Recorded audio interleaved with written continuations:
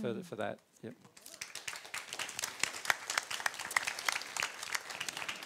Okay. Sitting. Other than that, we'll get straight into it, shall we?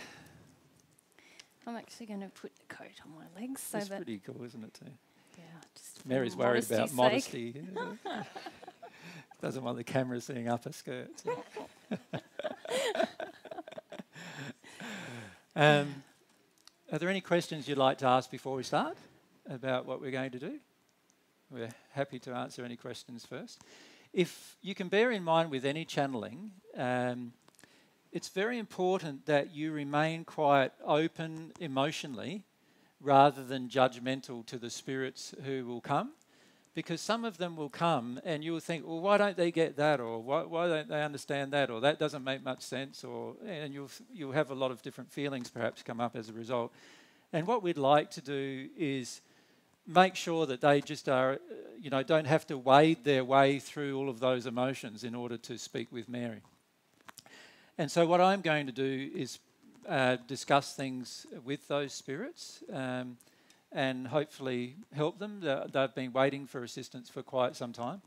So I'd like to be able to share with them things about the truth. And then you'll find in this discussion that it may bring up questions for you about specific emotions that you might have that are similar to the spirits, or it may bring up questions about the spirit world that you've had that you feel confused about because of what they've said about the channeling or what they've said to us. So if that's the case, our suggestion is just write them down. I think the lovely people who have given us the venue have given us a little notepad and a piece of paper as well. So just write down any question you might have, and then what we'll do once we've stopped speaking with those spirits, we'll try to address any of those questions that you might have as well, so that we can answer most of the questions that may come up. There's quite a lot of groups of spirits who have been waiting to speak with us, but this particular group of spirits is a group of women who you could say are on a spiritual path in the spirit world. You could say they're New Agers, I suppose you could call them. They believe in a lot of New Age principles that you would have learnt about on Earth. But they want to talk to us about change with regard to fear. So they, in particular, want to talk about fear. So that's about all I think we need to introduce, and then we'll get ourselves started. Okay.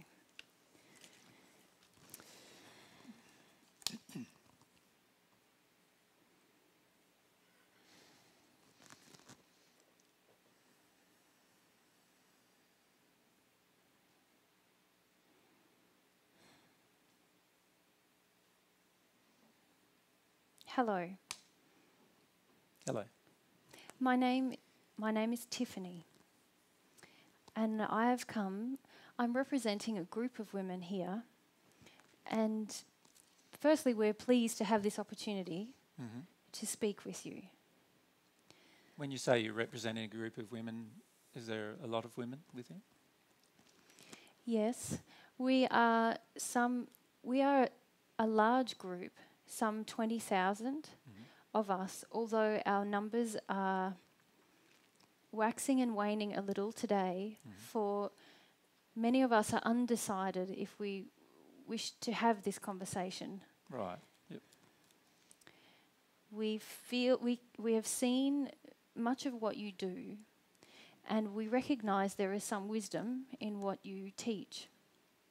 However, many of us have concerns about this emotional process.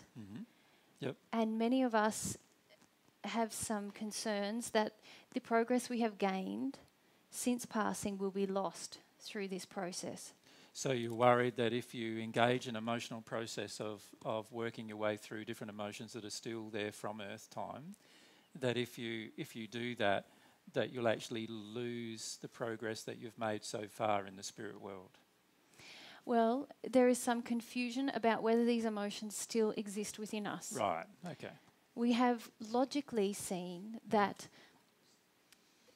since we passed, we were taught a number of things. from various different people, but for myself, if I can speak for myself, Sure. I was taught by someone who was a monk, a Tibetan monk, who taught me about the power of controlling my emotions, my fears. Yep. This assisted me greatly when I passed. And I have a number of questions about this process, because now it seems that you would have us do the reverse, and yet the process I engaged under his instruction helped me a great deal to brighten my conditions. Yep. When I passed, I found myself in a very frightening place. Could you describe it a little for us? It was dark and cold. Yep. I found myself exposed in a kind of wilderness. I felt very frightened and alone of what would come and attack me, who would come, and at times I could hear and sense people in the surrounding area, and it was as if I was frozen. Yes, But it was very, very dark and lonely place. Yes, and I have some difficulty now speaking with you about it, because this challenges the sense of calm I feel I have achieved. Right. Can I just ask a little bit more background, and then we can proceed with the feelings that are present. So, how long ago were you on Earth? Do you mind me asking? 60 years ago, I passed from Earth. And did anybody tell you how long you were in that dark, cold place? No, I have not inquired. What did it feel like for you? Like, in terms of how long did it feel like? Some length of time, however, not... perhaps now I'm being given guidance, it was only some months. Right. So you only spent a few months in that location, and then somebody came along to assist you with your fear. Is that... Yes. Yep. And that person was a Tibetan monk who basically taught you that the way that you could get out of the current location you're in was to learn how to control your fear, or learn how to not respond to your fear. Is that what he taught you? Yes, he taught me a technique to not pay regard to these feelings, and it seemed miraculous. I had never had contact with such a person before, someone so exotic. And in the simple way that he showed me, he visibly showed me a technique with my spirit, what I know now is my spirit body. Yep. To contain the emotion. And immediately that I did this, I found myself in a better place. In a better location in the spirit world. Yes, it was warmer, brighter immediately. Yes. And I found that if I continued to practice this technique, things became better. And eventually I came to have associates around me, and even now friends. Many of us who are here now are friends. But our difficulty comes because we realise that this process is not working as well as it used to. When you say it's not working as well as it used to, can you sort of describe from the beginning? It seemed like it was quite a rapid change, and then is it now slowing down? Is that what's really happening, where you're having to try harder, but you seem to be having less progress for? Well, the issue is that many of us now do not feel that we're afraid. Yep. We feel quite calm. We feel there is some pleasantries in our surroundings, but there is a frustration that it seems that we cannot gain more. We cannot brighten our circumstance further. And it feels flat. Right. And when you can you describe your surroundings now, just for the sake of the people that are listening? It is a fairly normal. It is not so different from my life on earth. Right. So it has a light, Yes, colour. we have houses, we have Yeah. a community Yeah. of us dwelling here. And when you cast your mind back to the first moments that you arrived in the spirit world, what did you have colour then, or did you have a No, house then? black. No? Black. Alone. You couldn't see anything, any No. light really. And when this man, it was a man, came to you. Yes. Yes. When this man came to you, he was quite bright, wasn't he? Yes. Yeah. And then Brighter than we are now. And yes, yes. And has he come to you, ever visited you since he showed you that original technique? yes, he came to me over time, and as I learned to perfect the technique, or can I say we thought we had perfected this technique, Yep. and now Now you're not sure whether you've perfected it. no, because we seem unable to attain the level of peace that he had and he displayed, and the brightness in his body. Did you ever ask him how long it had taken him to obtain his level of peace? No. No.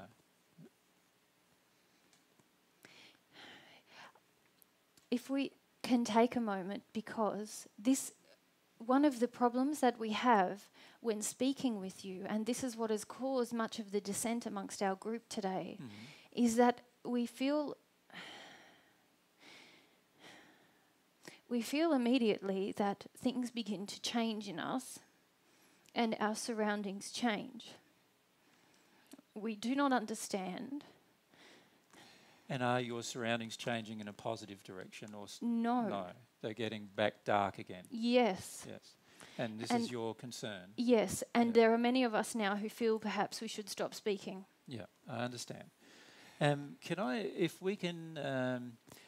Can I just reassure you firstly that if you continue to practice the same techniques as you've always practiced since you've arrived in the spirit world, then you will have no trouble getting back to the same location that you currently are. So the reality is that while we're talking, different emotions will come up, and I will explain why that is happening in a minute.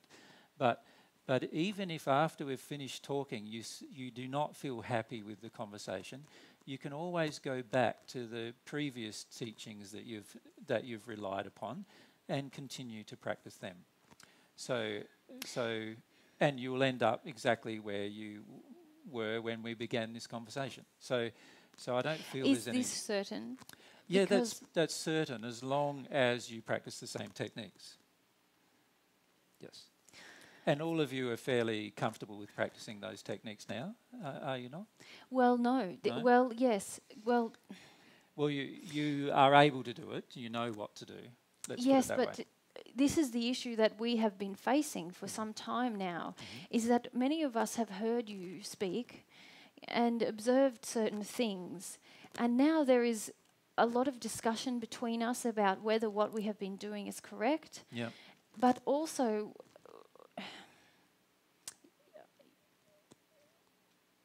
I suppose it is clear to say that we are afraid that by stopping these techniques, we will plunge back to darkness. And yet, many of us now feel there is a flaw in the techniques. Yes. So it's hard because on one hand you'd like to know more, but on the other hand you don't want to get plunged back in the darkness and then have to go through the same process again. Yes, and I find it difficult to even discuss this with you because it seems that even during the discussion there's fear coming up and therefore your feeling of returning to darkness. yes. Yep. Can we address that first? Can I ask you a few questions about do you believe in God at all? We have discussed this also. No. No? And We understand, we maintain, we are entertaining the idea. right, so you're entertaining the possibility, but at this point in time you don't really believe that there is a God. Is that probably the best way to summarise it? And with regard to the progression that you've made thus far, you obviously have a level of discontent about it now. Is that not correct? Well, we were happy with the progress that we had made, but now we feel there is something stifling our growth. Yes. Have you had during this time any brighter spirits come to visit you at any point? Ones that you are noticeably different to yourselves, but are much brighter and lighter? On occasion, we see some brighter spirits. Yeah. However, they do not seem related to us. We do not feel we can relate to them. Yes, and can I explain why that is? Yes. Well, there are certain emotions that are in you that when you see these brighter spirits, those emotions are not in them. And so it's very, very hard for you then to feel some familiarity with them, because you can see that those same feelings are not in them. And so therefore it's hard to feel a friendship. Does that make sense? But also it is how they look. Yes. They look, for example, with my Tibetan friend, he was brighter than I and those of us that he taught. But he still looks similar. Yes. In some ways.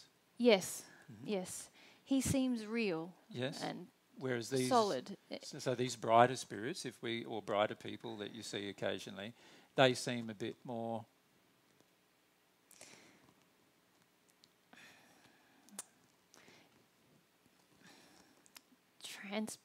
transparent is probably not the right word, but no, like air, like light, like not just light and bright, but like their form is lighter and we are heavy. Yep. Can I bring one of them to you, one of these brighter spirits? And I want to show firstly to you that these brighter spirits can change their condition back and forward. And if we discuss that, then we can start looking at why they can do that and so forth.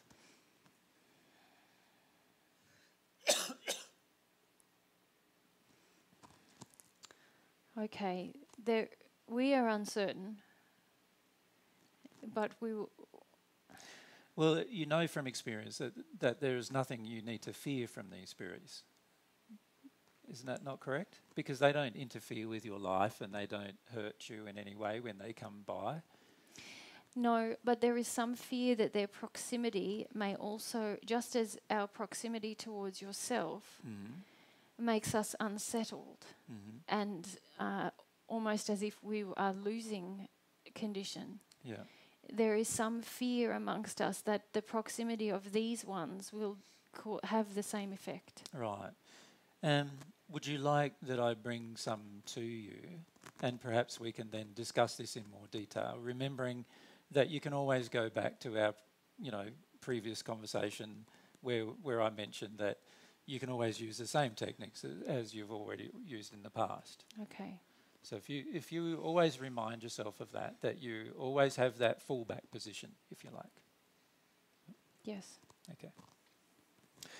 All right, well, I'll ask some of my spirit friends to come and visit you. Now, these friends that I am asking to come and visit you, they have had a lot of fear when they were on the earth, but now they do not have much fear at all. In fact, if you look at them, can you see they're pretty much fearless, aren't they? Yes. And what do you notice about them? If you just relax a little and just let yourself describe what you see. They seem friendly, bright, relaxed in a way that there is confusion because we believe that we were almost without fear. Yes. In the state that we had achieved. And this is why we were perplexed about our inability to progress. Yep. But now it seems these ones are fearless in a way that we could only long for. Yeah. Yeah. Can you see that you can't even feel any fear in them, can you? It's like, have you noticed that? No, and it is they seem difficult. very relaxed, don't they? Yes. Yes. Peaceful. Yes. And Inner peaceful, isn't it too? yes. It is difficult to believe that they have ever had fear in them, although they are showing us this. So as they show you the pictures of their life on Earth, you can see that their life was quite stressful and quite Yes. troubled. Yes. And if they just show you some pictures now of where they first arrived in the spirit world, can you see that it's for many of them it's actually worse than where you first arrived in the spirit world? Yes. So they had a lot of fear in them, obviously. Yes. Now the key for many of you at this point is you're starting to feel some sadness and also some fear as they give you these pictures. The key is just to allow yourself to continue to let that flow inside of you and just breathe as we have this discussion. Because what I would like to do is to help you through this process of understanding what's happened over the time that you've been in the spirit world and also what's happened to these particular people that are standing in front of you.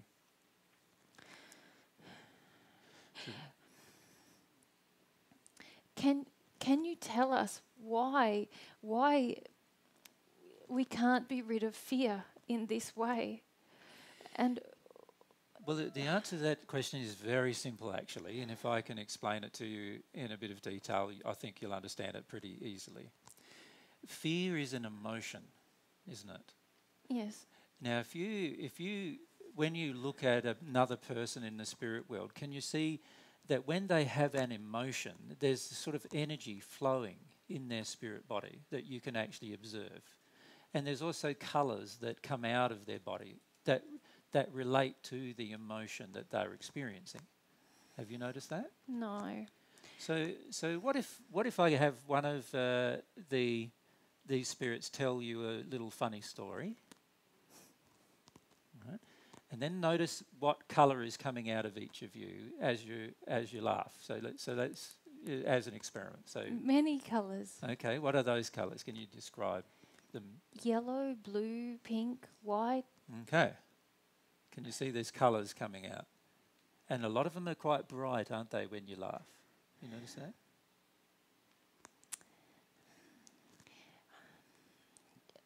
We're not accustomed to communicating in this way. Yes. We'll explain why they're communicating you in the way they are, but that's probably something for just a bit later in the conversation. No, but we mean even in the colours. Oh, okay. Yes. In what way are you concerned about this? Well, we were taught to contain, Yes. to control, and because of this, we can see now that this is part of what makes us solid. Yes. For these ones, there is fluidity coming. Well, there's these colours coming out of them all Yes, the time, isn't there? but we don't have colours. We don't like to let things come out of us. Yes. So do you know why you don't like to do that? What happens when you start letting a colour come out? Have you ever noticed that? Because we can try an experiment with that and show. We feel bad usually. Okay. So in your desire to suppress specific emotions, can you see that all emotion starts getting suppressed? Yes, but we thought this was the correct way. Yeah, I understand. But you can see from these particular people that they don't really suppress their emotions, do they? Like you can see when they're happy. No. Yeah. But now I feel frustrated. Yeah. I don't understand. Yeah. Okay. We are worried that to let go of this thing. Yes, I understand. If I can explain in a bit more detail what's been going on for you. What happens is that you actually have a soul related to a spirit body, and you've probably heard me talk about that before. Yes. But you personally have not seen a soul, so it's hard to come to terms with believing that a soul exists. Is that not correct? Yes. However, if you notice that when you were laughing, your soul was engaged because you felt it to be a happy, like a joyful experience in that moment, and your soul was engaged in that moment, and so these different colours came out of you that don't normally come out of you, or that you don't really notice coming out of you normally. So do the colours come from the soul? The colours come from your soul, yes. And the colours are a reflection of the soul's emotions and beliefs. So in other words, whatever you believe in the moment, whatever the moment is happening, is the colour that will come out. Now, if you're suppressing the soul's emotions or suppressing the soul's beliefs, then of course there's not much colour that can come out because you're actually controlling it. We thought we were just controlling this body. I know, but what I'm saying is you're actually attempting to control your soul, which is another part of you. It's the part of you that has all of your memories and has all of your experiences. And, you know, some of you may be aware of what you call the Akashic record, or the record of all of the events that have happened in your life. Well, your soul contains all of that as well. So all of this information is sitting in your soul, including all of your emotions and all of your belief systems and all of your desires and all of your passions and all of the things you long for and all of the intentions you have. That's all sitting within your soul. And your spirit body, which is the body that you currently see in each other, is a reflection of what that soul does. So in the moment that the soul laughs and there's a feeling of joy in the soul, these different colours come out of your spirit body reflecting those particular conditions. Yes, we don't usually engage these kind of things. Mm-hmm. I understand. You've noticed them, haven't you, though? In the past, sometimes you've noticed them. But we were taught that these things were dangerous. Yes, I understand. Yes. And what I'm suggesting to you is that the spirits that are in front of you, they don't seem to think those things are dangerous. No. And this is our frustration. Yep. We feel we have grown since we passed over here. Many of us have come to terms with the fact that we have passed and we have grown. Mm-hmm. But since we came across you on the earth, we have observed many things and we have heard you speak of many things. Mm-hmm. And it is appealing to become relaxed, to explore new possibilities and to be, I suppose, happy. Yes. However... But when you attempt to engage the process, you become a bit darker, and that's what you're concerned about. Yes, and we didn't really consider that we weren't happy. Yeah.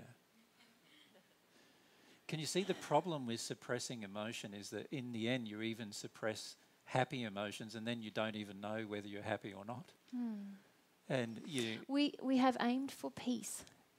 Yes, I feel you've aimed for safety actually rather than peace. Because if you look at the people in front of you, they have peace. Yes. But it's not the peace you have. No. Can you see that? Yes. And they don't seem to be worried about their safety at all, do they? But it is a concern that you have. So obviously, I think what you've been looking for mostly is safety or security, a feeling of certainty. What is the difference between a safety and a peaceful feeling? Well, true safety or true peace occurs no matter what environment you're in. So these particular spirits that are sitting in front of you, they could go to any environment they wanted to and they would still feel safe. Whereas if you went to an environment that was scary, you would probably then be afraid again. Have some of you tried to visit other places in the hills? No. No, because you feel afraid of going there. Can you see that? Yes. Whereas these spirits are not afraid of going there, are they? No, but...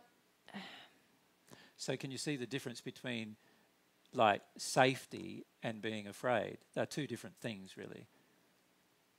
And peace and safety are two different things. So what's the difference between peace and feeling not afraid? Well, the reality is for most people that if you create an environment that you feel safe, then most people in that environment would not feel afraid either. And peaceful. And they would feel peaceful. But if you put that same person in a place that they feel is unsafe, then straight away they wouldn't be peaceful anymore. Can you see that? Yes. Whereas these particular spirits that are in front of you, if you put them in a place, that they actually feel safe no matter what place they're placed in. So peaceful. They always have peace no matter where they go. Whereas you only have peace when you're in a place that is perfect from your opinion. Do you understand the difference? Yes. So part of the problem that's happening in terms of when you start engaging your emotions through the process that I've described that you've heard many times before is that you begin to start having some feelings come up, and many of these feelings relate to sadness and fear. But the problem is you're so used to suppressing sadness and fear that immediately the energy in your spirit body, which is directed by the soul, starts depressing. It starts going dark, and then you get afraid even further, and so you don't engage the process even further. And what I'm suggesting to you is the reason why your feelings in your body in your soul result in your body going dark is because you're actually trying to suppress the feelings rather than feel them. But haven't we done this successfully? Well, suppress the feelings, and this is how we learnt to grow. Well, what you've learnt is a technique that many people on earth have taught for thousands of years really, which is a method of not responding to your own bad feelings. So what the Spirit taught you was he said, yes, you have fear in you, but the way to progress forward is to act as though you have no fear in you, is to actually contain this fear, shut it down inside of you, and you learnt this technique by finding the location of the fear in you. Yes. And then sort of isolating that location. Yes. Yes. Like shrinking it. Yes, shrinking it. But can you see in your spirit body that where you've done that, there is a tear in your spirit body? Can you see that? So what's actually happening is every time you try to contain this emotion like this, there is a tear in your body. So it obviously is indicating that still something is not right there. Is that not the case? Yes. All right. Now, the alternative is to actually get rid of whatever is in the soul. And whatever is in the soul, in this case, it's an emotion of fear that exists within your soul. If you could release that from your soul somehow, then you wouldn't have to contain it anymore. It would be gone completely. And if you think about it, when you're on Earth, many of you have had accidents on Earth, or you've had a splinter or something like that when you're on Earth. You imagine if you had a splinter in your body, your physical body on Earth, and then what was the first thing you wanted to do with that splinter once it was in? Wasn't it to pull it back out again? Yes. Because while it was in, it just stayed there, didn't it? And bothered you and bothered you and bothered you until it came out, right? Well, if you think about this emotion as the same, it's like a splinter in your spirit body that is just sitting there, and it's festering, and you can see where the problem is in your spirit body, where you've tried to contain it. It's now worse than when you began. But the rest of your body seems okay, and so you've ignored the problem in that particular location. Can you see that?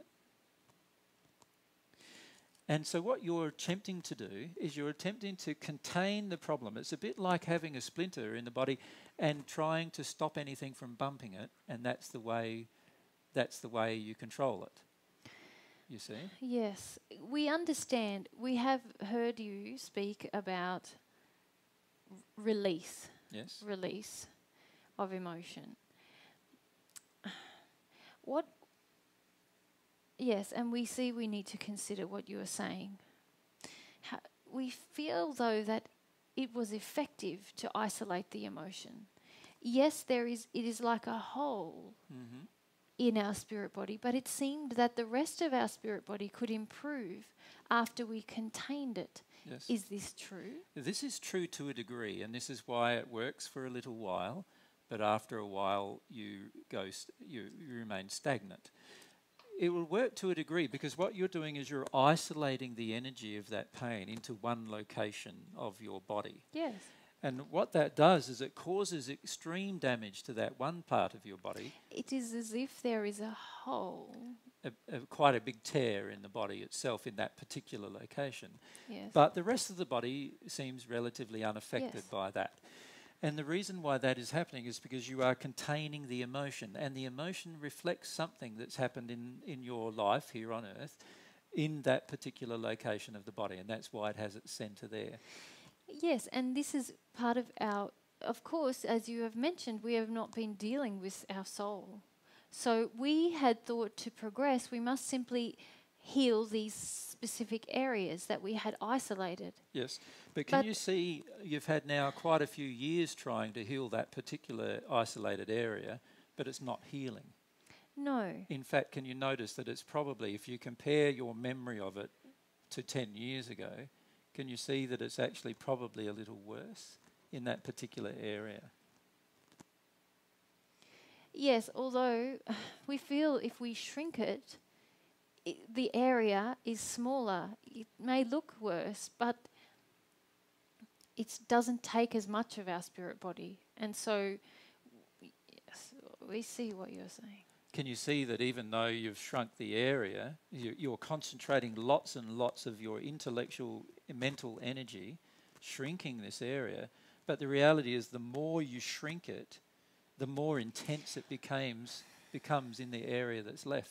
Yes, but now we get to the main issues, the reasons we've been wanting to speak with you for some time. Because when we do this, we have a sense of strong mental power. We have a sense of strength and power that we can contain these things. When we have tried briefly to experiment with what you say, because we have heard you for some time, it is like these places expand, and May I explain what happens there? You know how you've concentrated all of this energy of that particular emotion, in this case it's fear-based emotion, but if you concentrate that in a certain area, then the more you concentrate something, the more intense it becomes in that particular area. yes. Is that not true? Yes. Now, if you actually feel it and you no longer attempt to concentrate it, then what it does is it moves out of that area and through the rest of your body. So the energy is actually flowing again now through the rest of your body, yes? This feels terrible. I know that feels terrible, but if you go one step further and you allow it to completely flow, this is where you heal. And what's happening when you're using your intellectual and mental energy to focus the attention and making the problem go away is you're actually concentrating the problem in a certain specific area, but the energy itself is still locked up in that particular area, because emotion is energy in motion, and what you're trying to do is stop the energy from being in motion. And so what you're doing is you're focusing your attention to cause the energy to be in motion in a smaller area of your body. And then as you get more and more intellectual power, you do this even further, and you get more intellectual power and you do it even further. But it doesn't mean the actual problem doesn't exist still. So you're saying, we want to be clear, you're saying we cannot progress in this way any further. Well, you can only progress in this way by actually using more and more intellectual power and strength, and therefore more control over your own emotions. Now, for many men, they can do that to a greater extent than women. For most women, This was one of our questions. Yes. for most women, it becomes more and more difficult because you start suppressing other emotions that you quite enjoy. And then as a result of that, you find it quite unsatisfactory earlier than men do. But many men and women do it very satisfactorily until they reach the 6th dimension of the spirit world. Do you know what dimension you are in the spirit world now? We think we're in the second. Yeah. And one of the reasons why you're in the second is because you've managed to control your fear to a certain extent. Yes.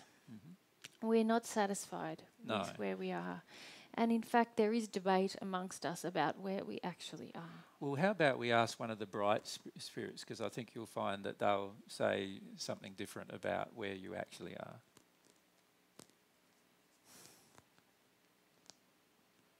They say no, that we're only in the first sphere. Okay, so you're in the... But it's quite different to Yes, it's very different from when you first arrived, because where you first arrived was what you would call the hells of the first sphere.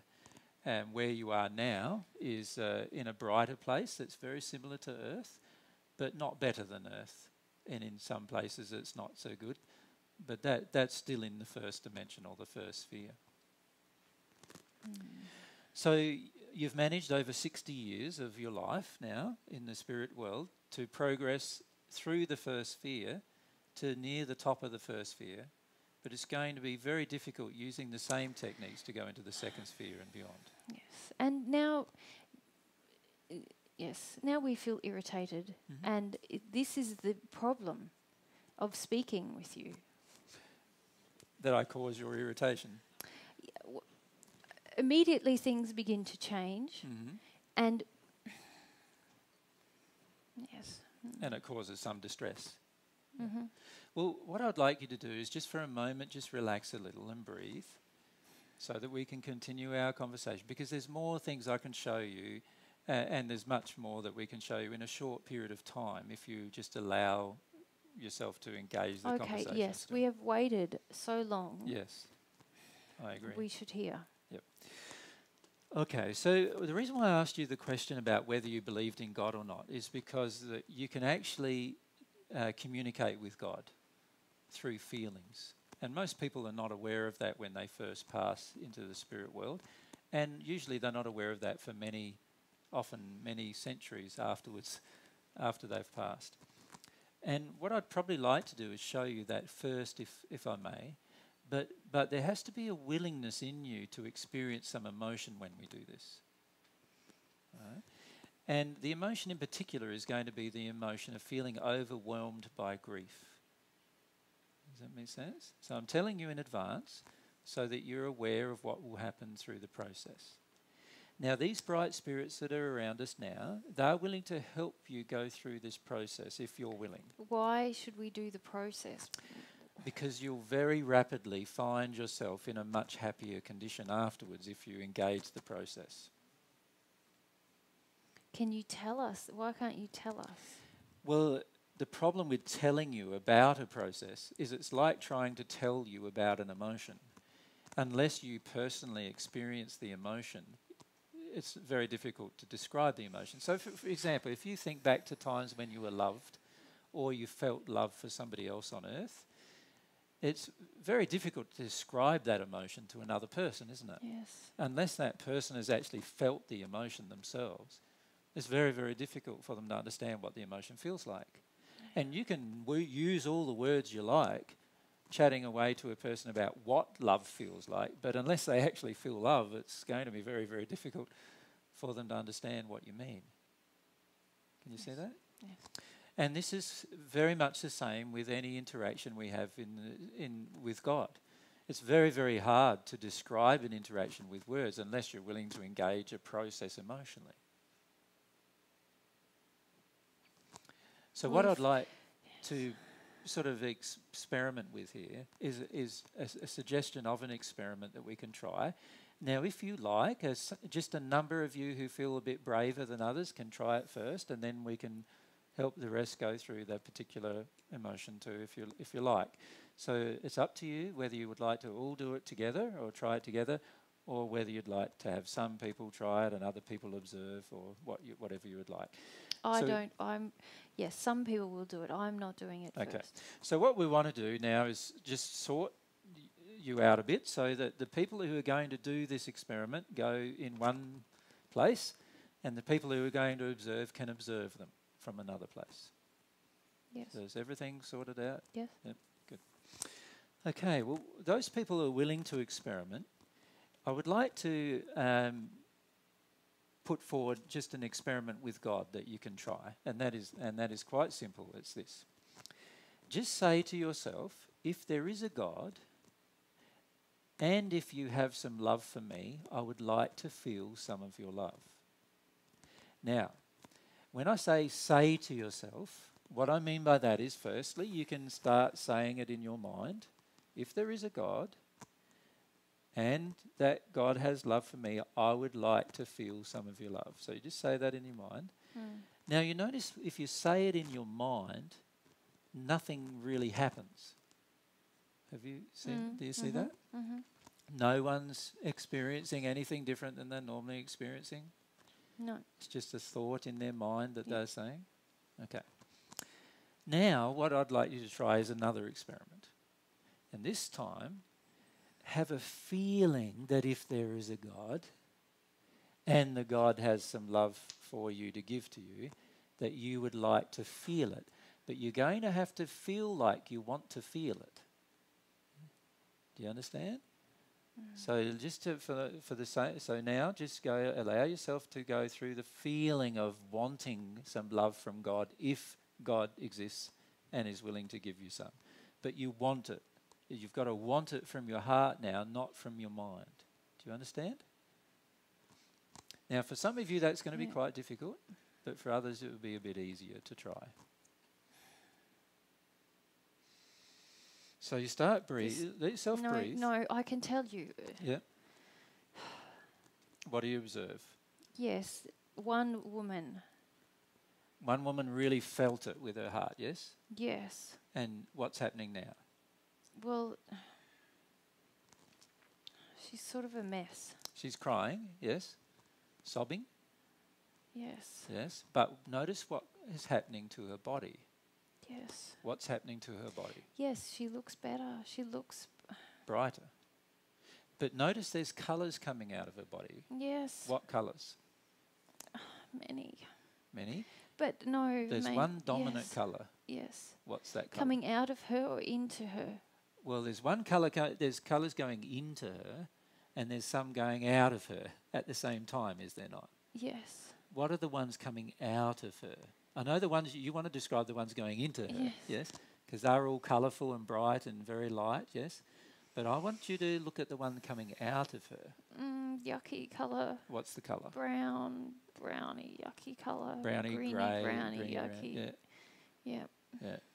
But yes, she looks better. Can you see the colour that's coming out of her is the colour that matched her before, and the colour going into her is more like the colour that she now is. Can you see there must be something going on if that's the case? Yes. All right. So what's going on is that she allowed herself to feel her feelings in that moment. And her feeling was she decided that she was going to try the experiment with her heart. Yes? Yes, I'm very worried. Why are you worried? She has benefited, has she not? Yes, but the entire state seems so out of control. It is, I agree. And I have worked hard for that control. Yes, I agree. So what you're worried about is that you've worked so hard for emotional control, but there's the lady letting go of this control, and she's got this very dark stuff coming out of her, but she's got this light stuff pouring into her at the same time. And she's changing, and she's looking a bit brighter. Yeah. And can you actually see that she could actually go and live now in a different place? What place do those spirit friends say that she could go and live in now? Yes, now in the second. Okay.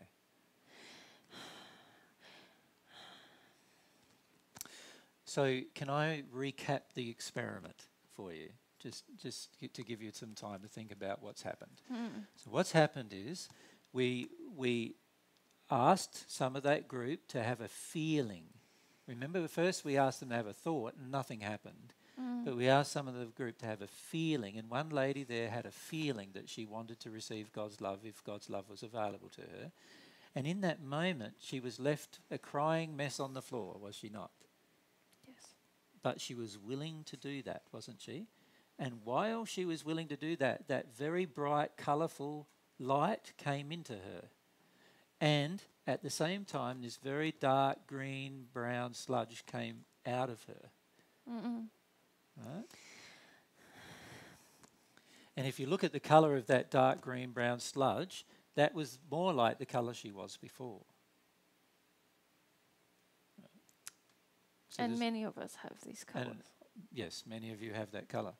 So this tells us some things, doesn't it? Can you see that? Yes. Yeah. And it also tells us that we only need to have a longing for God's love to enter us, and God's love can, but it has to be sincere. It has to come from the feeling. You notice the other ones who still tried to do it with their thoughts, and what happened? Nothing. Nothing happened. We are all, yes. We were worried that this would be what happens. What are you worried about? Well, we cannot imagine allowing this process. We have heard you speak or seen things happen. We've understood that this is perhaps what you mean. We're referring to, yeah. But this seems so unthinkable.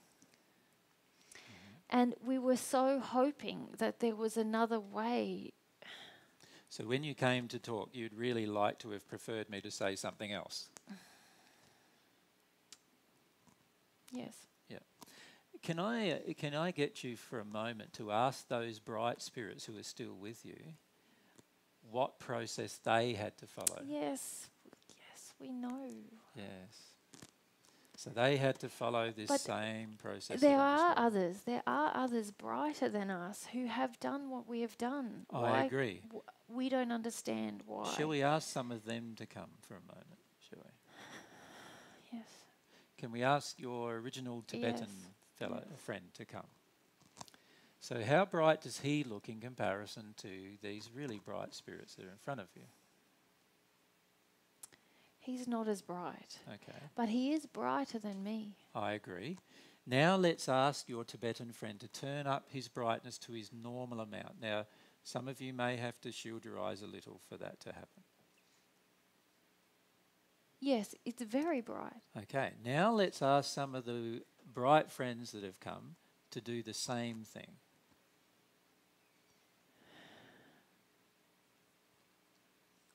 Can you even see them anymore? It's like a lamp beside the sun. Yeah. So one's as bright as the sun and the other one's like a lamp, like a light here on earth. So while your Tibetan friend has done work on himself to get himself into a brighter condition, can you see that what the other people have done has obviously been far more effective in terms of their long-term future? Yes. But they've had to engage the process that you've just seen in the woman who did that process. That's what they've had to do. And that's a decision. Can you see that? That's a decision to give up this concept of control and to start allowing yourself to feel what you truly feel. Yes. But can you see in the process, the woman did not return back to her original condition that she arrived in the spirit world. No. See, that's what you were afraid of. Yes. But it didn't happen to her. Why? Well, because when we tried, yes, it seemed like that was happening. Well, when you tried, firstly, you tried to do it without any of God's love. Firstly, that's number one. Secondly, you tried to do it while still suppressing your fear. So in other words, you tried, but it wasn't an emotional try, it was an intellectual try. But even when we felt something. Yes, but what you felt was the desire to live in the fear rather than to actually release it as an emotion.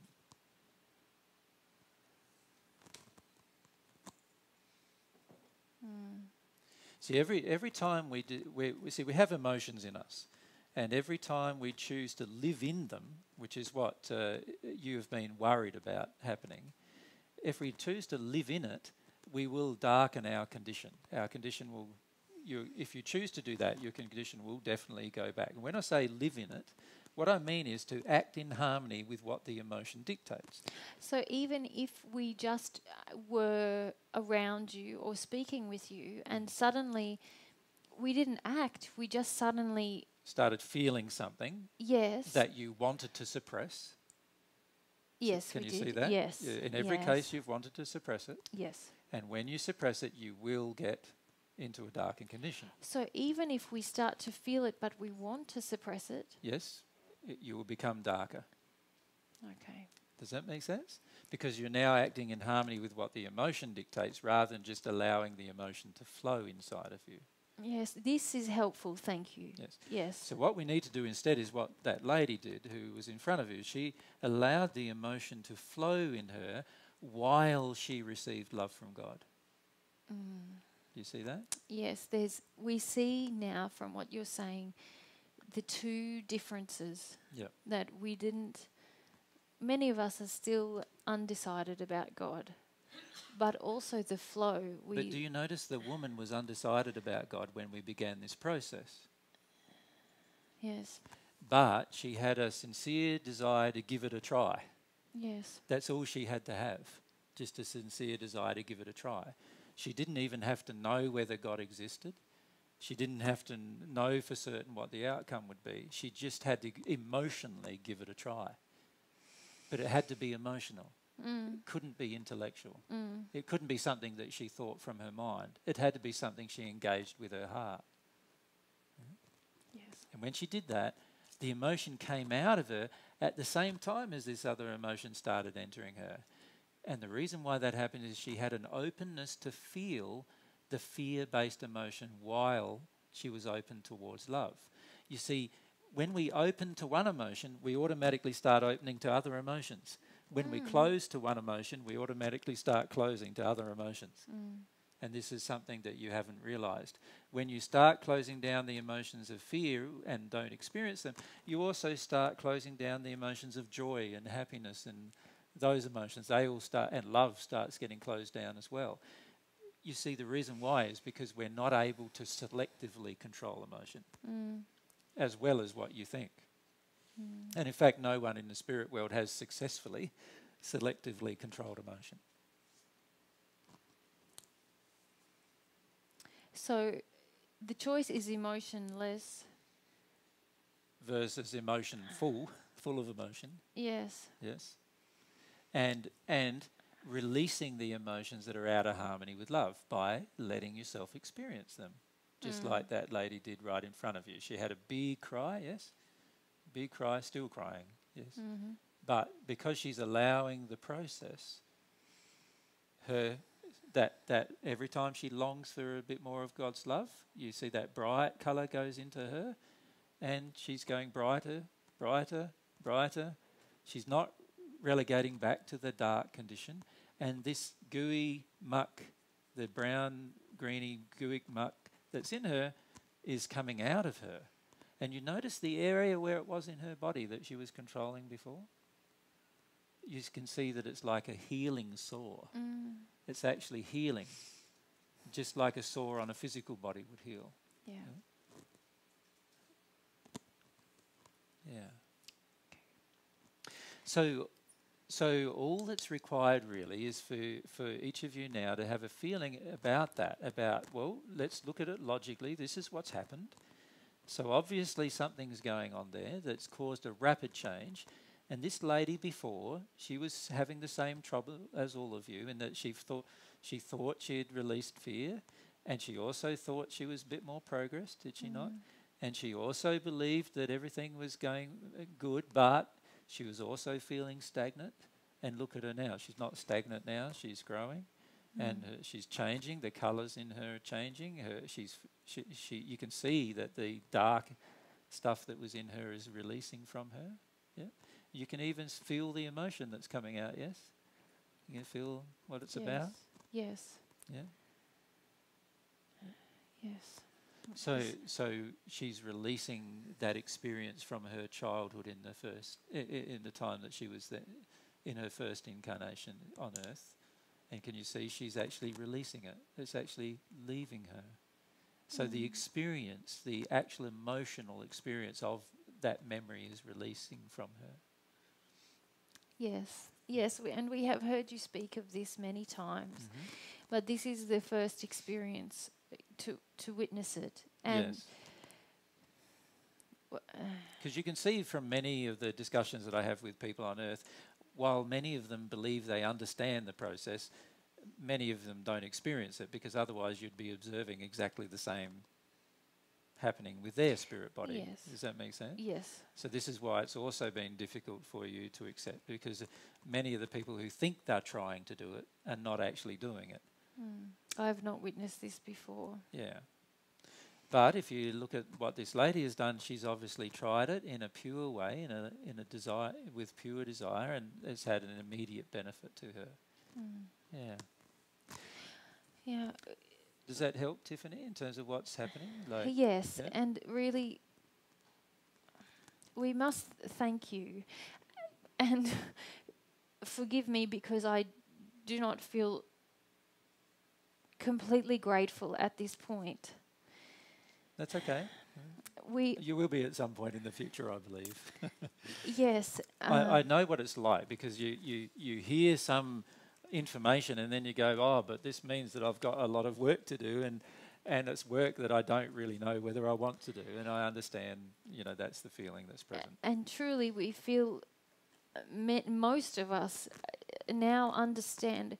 We had some understanding of the concepts you were discussing before our talk here this evening.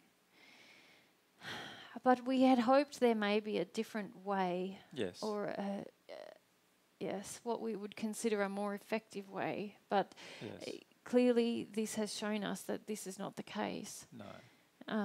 So And now you can it is see- only. Can you see too, if we look at your Tibetan friend, he even is concerned about the different way now. Can you see that?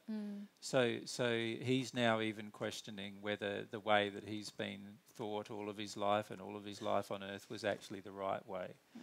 And this is very good to question, because if there is a more effective way that is going to happen much more rapidly, then it would make sense to embrace it, even if it's painful. Yes, we see that, but it does remain a decision. It seems clear now what you have demonstrated. However, what remains is to decide if we will do this. Yes. And can I suggest to you that you actually have nothing to fear doing it other than pain? Can you see that lady in front of you was willing to feel her pain, and she's benefited from it? For many of us, the feeling of fear seems more horrible than that of pain. I understand, but all of your fear is associated with pain. Can I demonstrate the relationship? Yes. You see, painful things occurred in your life on Earth. Is that not true? Yes. But every one of those painful things now has a fear associated with it that it might happen again. But for myself, it seemed I was afraid even before anything happened. And Well, this is because when we first incarnate onto the Earth, we start absorbing our parents' emotions. So if you can remember your mother in particular, what did you notice about her? Can you see how much fear she had? yes, I see that now, Yeah. logically. Yes. And so a lot of your fear is actually not things that have happened to you, but actually things that have happened to your mother that you now believe might happen to you because you absorbed the same emotion from her. Does that make sense? And in fact, you then acted upon your fear, if you think about it, on Earth, and sometimes that did create negative events, didn't it? You think about when you acted upon your fear. Yes. A lot of times what you were afraid of happening did finish up happening, did it not? Yes. Yeah. And this Yes. created more fear. Yes. Yep. And because you didn't understand the relationship, that the fear inside of you, which came from your own mother, attracted events in order for you to release the fear by experiencing it, you chose to suppress it. And then as you suppressed it, it attracted a stronger event. And it continued to attract stronger events until you passed. Yes. And this is what actually led us to listen to you, because I learned when I passed that it was my fear that had attracted more fearful events to me. Yeah. But I had thought that the way to deal with this was to control my fear. Yes. So when you spoke of fear attracting fear, I was interested in what you said. But of course you have now explained something different. Yes. Yes. Yeah. And One other thing too that I'd like you to bear in mind from this conversation, and that is this. The lady who tried to connect to God by going, if God exists and if God has some love for me, can I please receive some of that love? And she had a feeling in her that she wanted to do that, a feeling of wanting to receive. You remember that? yes. Doesn't that in a way prove that God must exist? Yes. And also that God has love to give us. And it also proves that when God gives us that love, if we're open to receiving it, we will change. And we will change and become better, not worse. So it proves those three things. Can you see that? Yes, I see your point. Yeah. Now, if God does exist, then surely that God wants us to be happy. And surely if it's that simple, if it's just as simple as just being completely open emotionally and letting these bad emotions flow out and letting the good one flow in, surely that would make sense to engage that process. You mistake me for someone who would find that simple.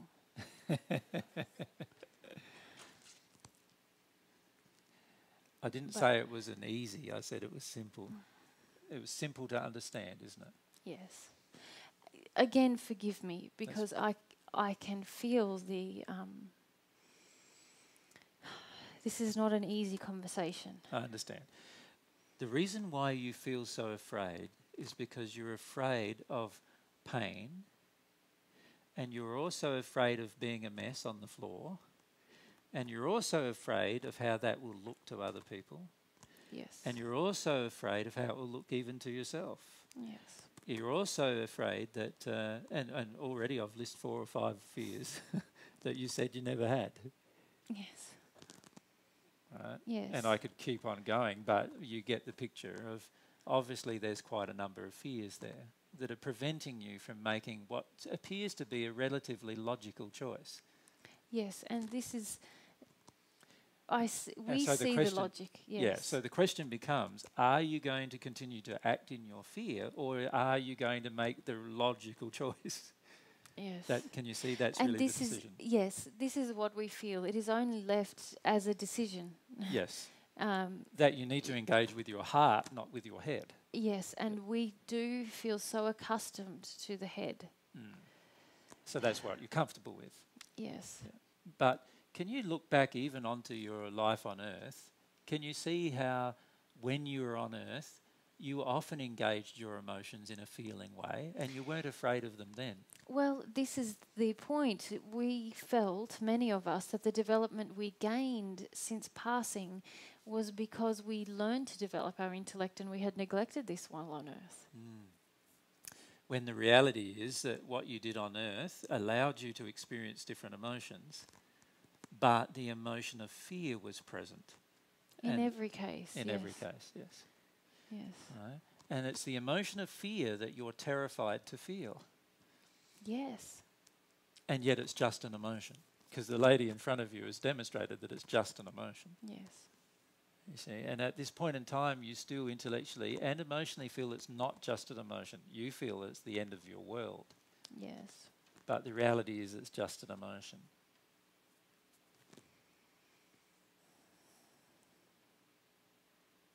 Yes, and we will need to experiment. Yes, but make sure you experiment with your heart, because any experiment you conduct with your mind, as we've just demonstrated, is going to be quite ineffectual. Yes. If you don't engage with your heart the experiment, then of course you're not going to get any result.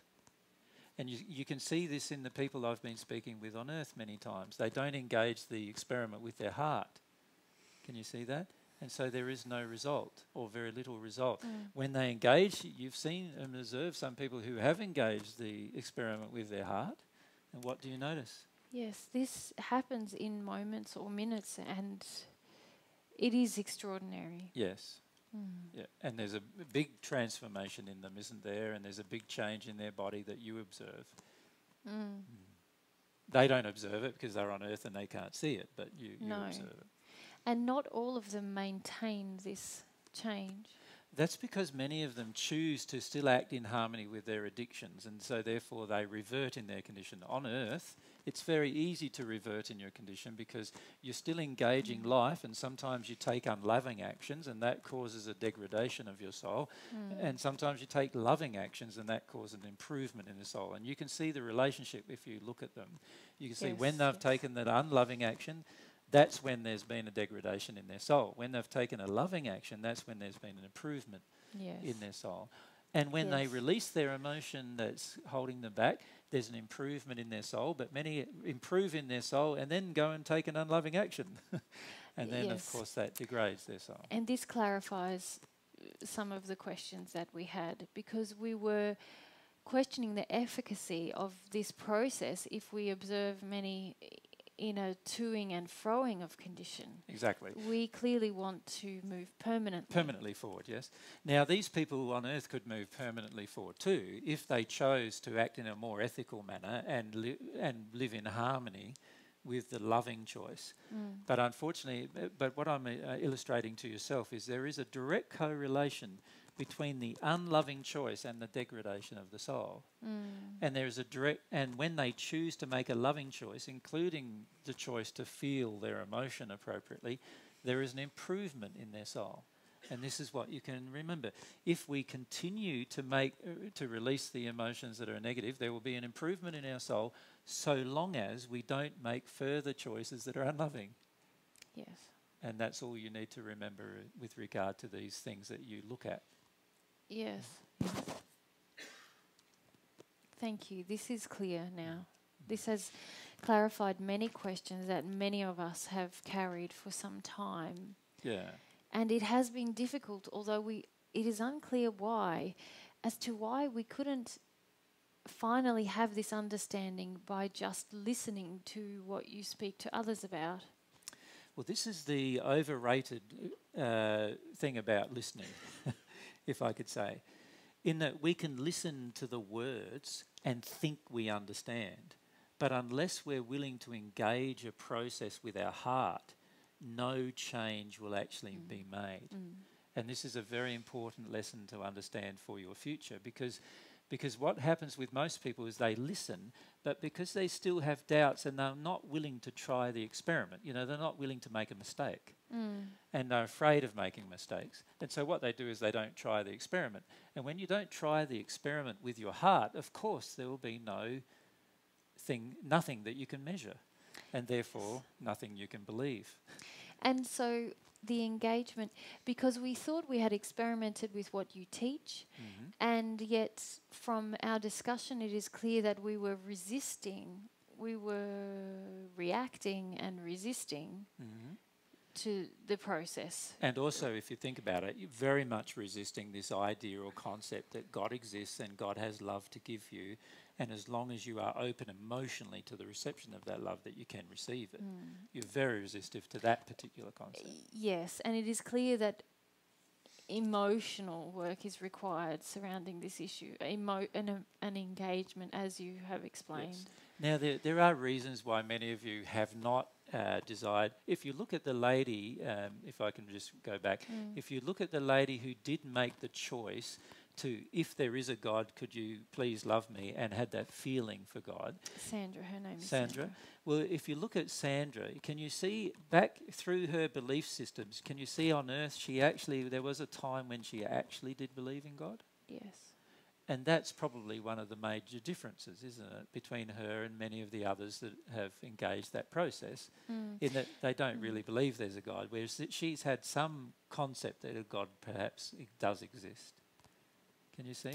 Yes, we see. There are many of us who attended churches. Of course, but not many of you who got touched by your heart by the concept of God.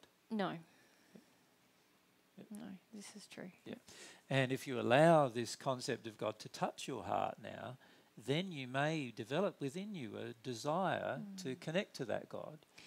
Certainly amongst us now there is a feeling, I suppose you would call it, that this seems challenging but also possibly beautiful. Yeah, I feel it's very beautiful, but also you have the potential to change very rapidly if you embrace this process.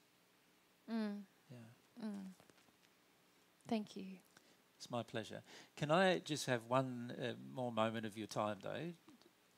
The bright spirits who came to us the first time, the reason why I asked those particular spirits to come to you is because they have had this personal experience that you need to go through now, which is this personal experience of making a choice to actually feel the emotions with a sincere heart. And they were very, very afraid of doing that when they began, some of them.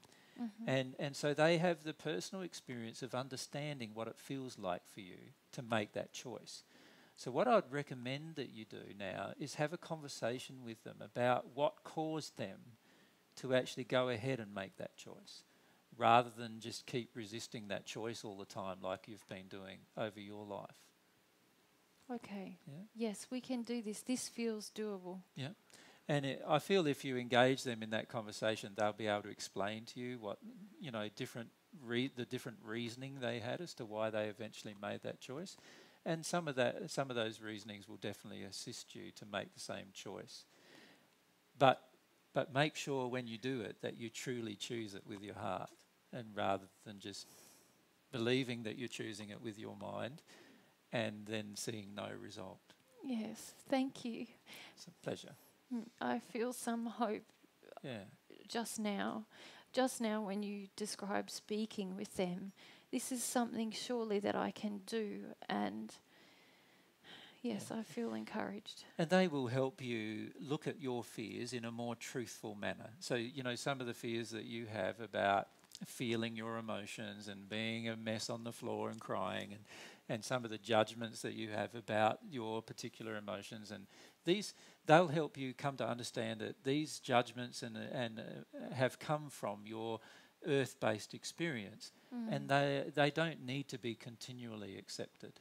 So they'll help you look at those particular judgments that you have about emotion, and look at the different fears you have about emotion, and help you work through those. Because unless those particular fears are addressed, then you won't sincerely engage this process with your heart. Yeah. Thank you. It's my pleasure, Tiffany. Yeah.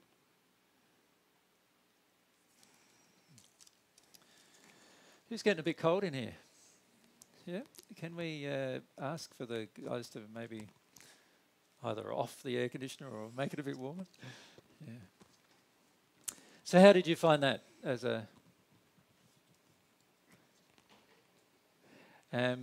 any of you like to have any questions about that?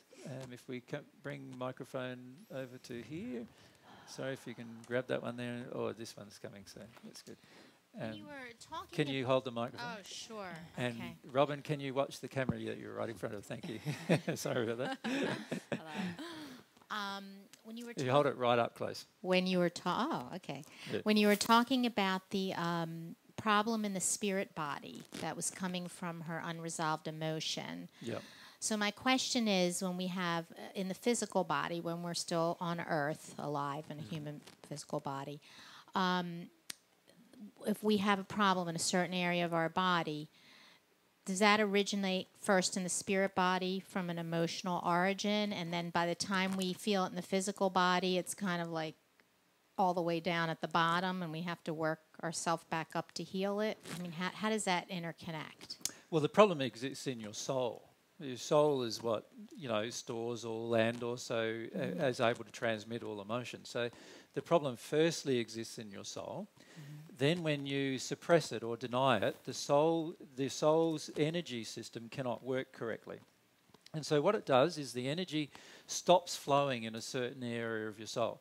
That then automatically affects your spirit body. So your spirit body then starts demonstrating exactly the same problem with itself in a certain location.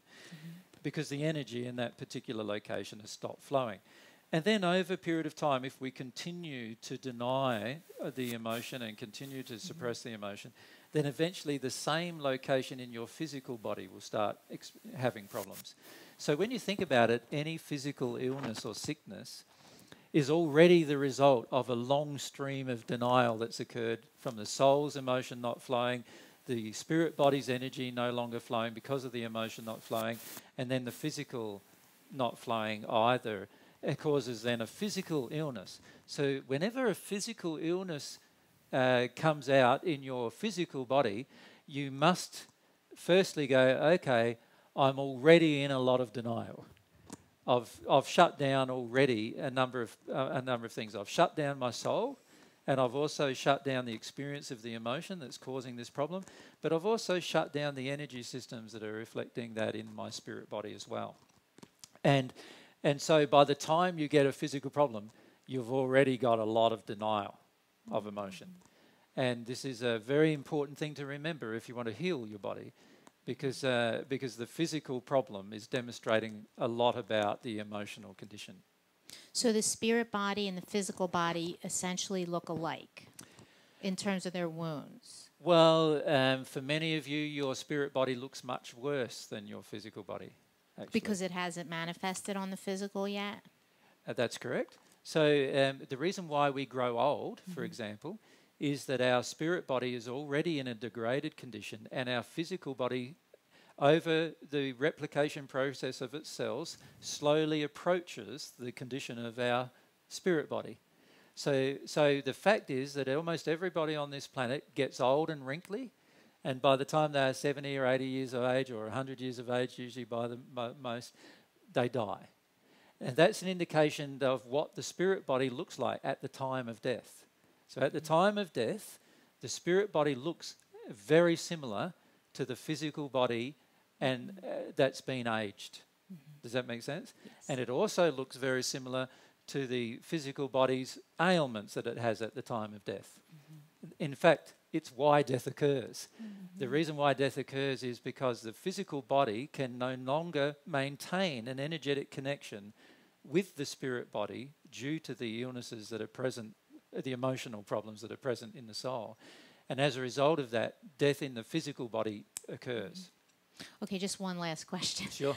So if I were working on someone and I could see their spirit body and giving them that feedback, and then also working with them emotionally about what's happening in the soul, that would be the way to go about helping healing them, yes.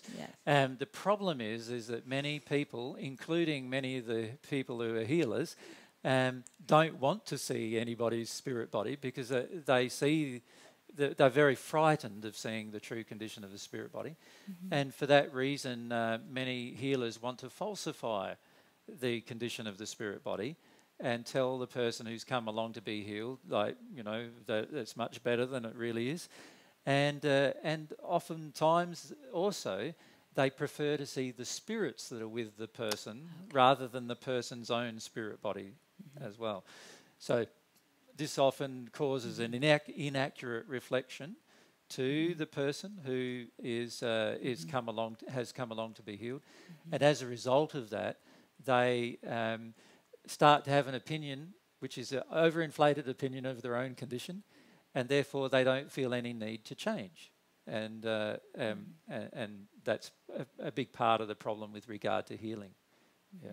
Thank you. Yeah. That's very helpful. So does everyone understand the relationship between the soul's emotions that are shut down and the spirit body starting to have energetic problems where the flow of energy in the spirit body is shut down, and therefore a physical thing begins appearing over a period of time?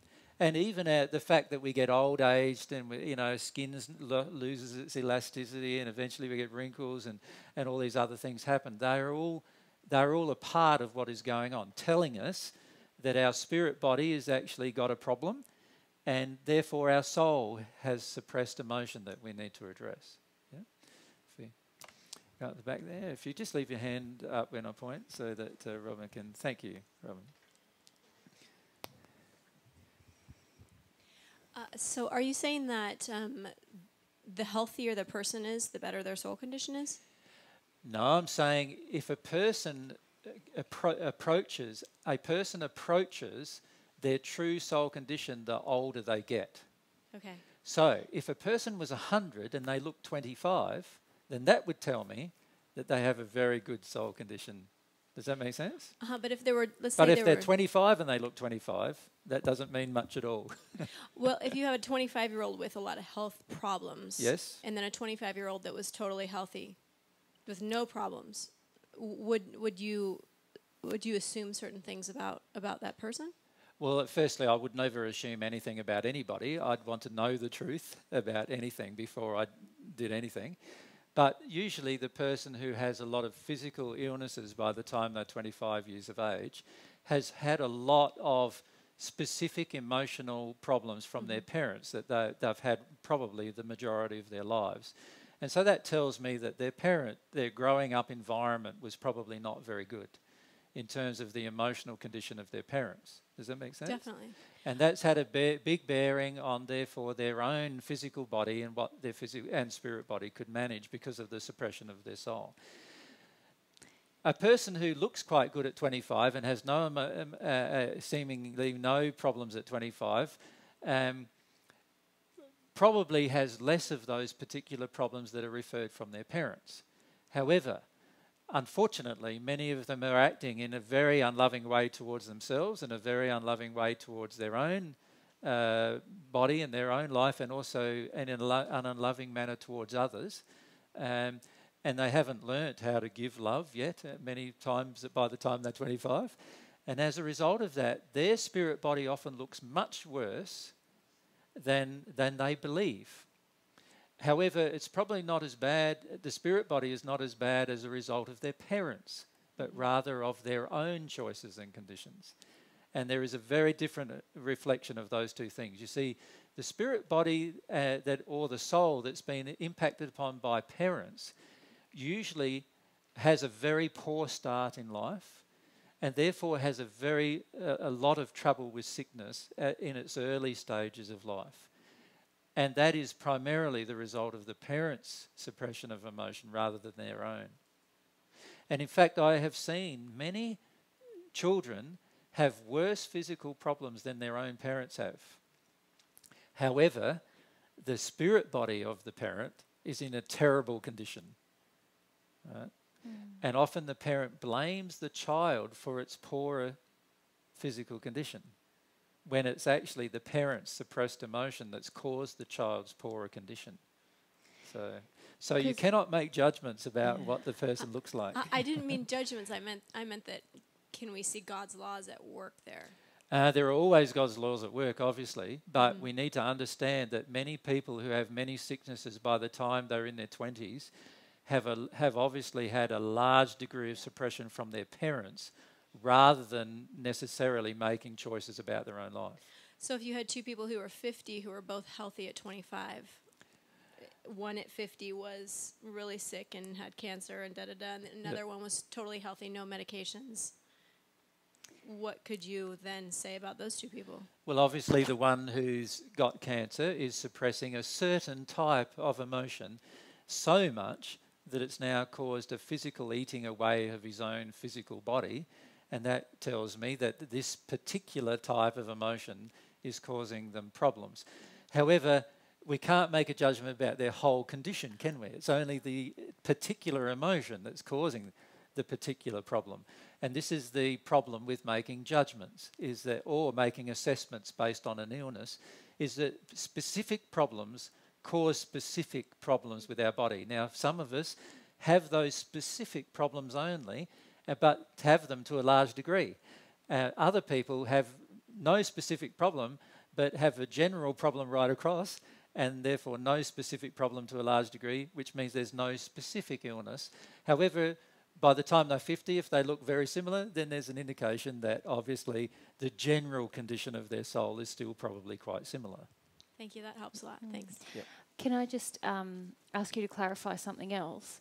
Because there's also something that happens, isn't there, when we project a lot of our emotion outwards Yes. rather than when we absorb a lot of emotion from our environment. Yes. That actually has an impact on our physical health as well, doesn't it? And our soul. Like if you project all of your emotion outwards, then it will have a terrible effect on somebody else's soul, and possibly on their bodies if they absorb that particular emotion. But it will also have a shocking effect on your own soul, right? However, because you're not absorbing the emotion from others in that state, you often look better than they do from a physical perspective, but because you're not absorbing any of their demands or any of their desires. Does that make sense? And so therefore you're living with exactly what you want to do with your life, while you're damaging people around you. Often people like that physically look fine and have very little physical problems with their own body, but finish up having huge problems with their spirit body and having huge problems after their death. So you cannot compare what's happening to the physical body and then make certain judgments or assessments about the soul as a result. Yeah. You have to be able to see the spirit body before you could make such assessments. You also need to bear in mind that the physical body has a delayed reaction to the soul's condition. Because the physical body, most of the cells in the physical body replicate, some of them replicate within a few minutes, but many cells in the body only replicate once every 7 years. Because of this replication process having across a 7-year period, it can often take years before a certain problem shows itself in your physical body. And just one more point on that, because we spoke about this recently as well with someone in private, was about how often when we first hear divine truth, we're in perfect health, and then within a month there's physical ailments manifesting themselves everywhere in our physical body. Can you tell us why that happens? Well, you can, so you may as well do that. Yeah, well, I think you'll do it in a more articulate way. But I don't think so. So often that happens, or the way I feel about it is because we're beginning to engage a process with God that He is allowing us to we haven't involved our will before then. He's just got the law of compensation working on our soul the whole time, but His mercy is such that while we're on earth, we can decide whether we want to really know our own soul condition or not. Once we decide to engage that process with our will, then He goes, okay, here you go. Here's a few things to look at. And you know here's that a knowledge of your condition. Yeah. You know that from not only your physical body, but your whole life starts to change immediately, doesn't it? Yeah. So, yeah. And that's actually a loving provision based on your desire. So when you have a desire to know what's wrong with your spirit body and really a desire to know what's wrong with the soul, then you'll start receiving messages in your body based on that desire. If you have no desire to know, then you're suppressing it. And when you suppress it, it's like localizing. It's what that spirit did, localized the problem and tried to shrink the problem. That's what you're doing when you suppress your emotion.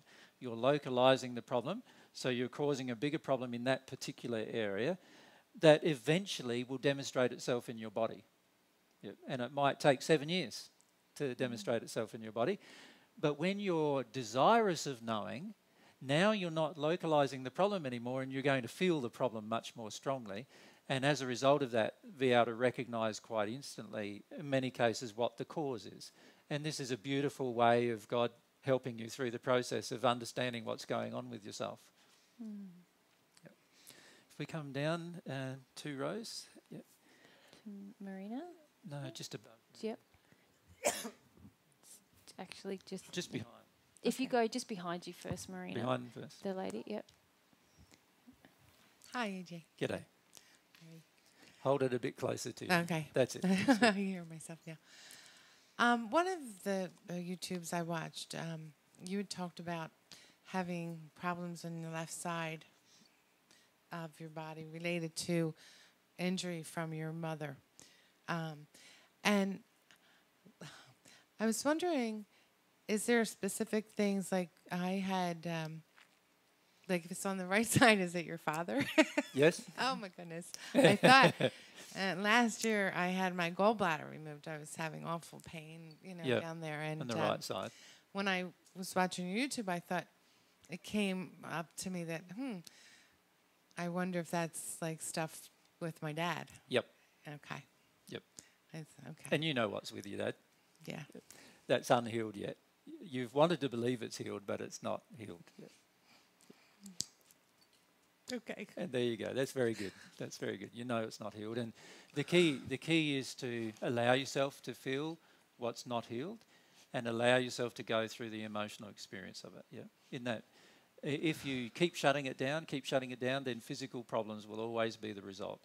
And yes, a very good indication, left side, feminine, right side, masculine. Left side of your body is going to be about issues you have with the feminine. Right side of your body is going to be issues you have with the masculine. Yep. And you can certainly find a lot about those particular things as you go through things.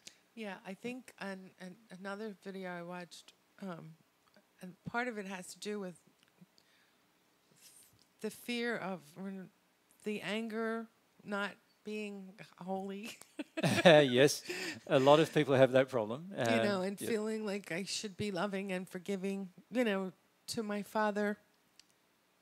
And so I release so much, and then I think, okay, that's enough. Now I need to be loving and forgiving. Yes, yeah. So true forgiveness will result when you've released all the emotions with your dad. Once you've released all the emotions with your dad, you'll actually feel a sense of peace about your dad. And even if your dad continued in his same behaviour, you would not have all this anger and resentment about his behaviour come up every time he acted a certain way. Well, he passed in 94, so... It's immaterial to me whether he's passed or not, because he's still alive. And it's the same, it's exactly the same. I meant as far as his acting out, Yeah, the reality is that there's still emotions going on there with your dad, and your dad can feel those emotions, and of course he's created many of them. He's treated you quite badly at times, and he needs to go through his particular problems and issues with that. But your body is telling you who the problem is with. Okay. Does that make sense? So from the left side, it's your mum. The right side is your dad. Left side, it could also be about yourself because you're a female. Right. Right side is always going to be about something on the male side. And this applies to any problem. You might be cutting yourself a lot on the left-hand side, or all sorts of things can be happening to your body. Injuries that you have, they all tell you things about whether the problem you have got is with the feminine or with the masculine. Oh, okay. Yep. Thank you. Pleasure. Marina, if we come straight in front of you. I didn't mind that she went before me. Okay. If you are a person... Marina, it was too bad if you minded. Sorry. Saying she was afraid. Sorry? I didn't understand what you said. It was too bad if you did mind anyway. Oh, okay. Because she was going to go before you. Fire away. Well, that didn't feel very nice. Okay. All right. If you are a person or a spirit who has passed, and you have a lot of knowledge about God, and you now or recently understand that you have never connected to it emotionally, but you would like to experiment it in the same manner as which Mary had channeled earlier. Yep. Is there something else that someone can do to be able to connect with God and grow this as more of a feeling as opposed to an intellectual understanding? Well, it's a good question, because many Christians who pass and many people on the planet who have a feeling that God, thought that God exists, only do a lot of their stuff with regard to God because of family-based issues or society-based issues. And many of them don't have a real connection with God that comes from their heart. And so what I would suggest to those people is that they first need to look at the reasons why they have heard about God all of their life, but still don't really have a feeling that God exists or not. And a lot of the times, the reasons for such things are to do with anger and rage about God, or anger and rage about what their parents have dumped on them about God. And that has caused them to have a feeling of disconnection from God, even though they've listened about God all the time. So we need to get very sincere with our emotions. So if we allow ourselves to feel about what we actually feel about God, rather than telling ourselves that we believe in God when our emotions are not engaged with that belief, then we'd be far better off in the process of experimenting with our relationship with God. So that's what I would recommend, that people start looking at their anger and rage and fear associated with God, rather than first try to manufacture a feeling of love for God when those feelings, anger, rage and fear, exist within them about God. Many of us who have been brought up religiously have huge fears about God, because we've been taught that God's going to punish us if we do something wrong, that God's going to, browbeat us into submission. Many of us have been taught that we're here on earth even for a test. It's just one great big long test that God's putting us through. Many of whom, much of the test which we're failing, we feel, or we feel that it's not fair that God has done this test of us, and all of these beliefs are incorrect, but they are beliefs that enter us from our religious history, and we need to allow ourselves to feel about them, because without feeling about them, it's highly unlikely that we'll actually end up having a feeling of longing for God's love, which is the transformational part of the progress. So we need to address those particular emotions.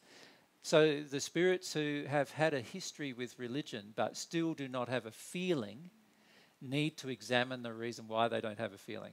And in most cases, they will find that they've only had a history with religion because of the environmental pressure, or because of their fear that God might exist and will eventually punish them one day if they don't believe. And these kind of belief systems suppress their feelings for God as a result. There's a lot of feeling around church and the church views and a lot of priest stuff. And it's like you know about God, so immediately your soul resonates because we have that innate understanding.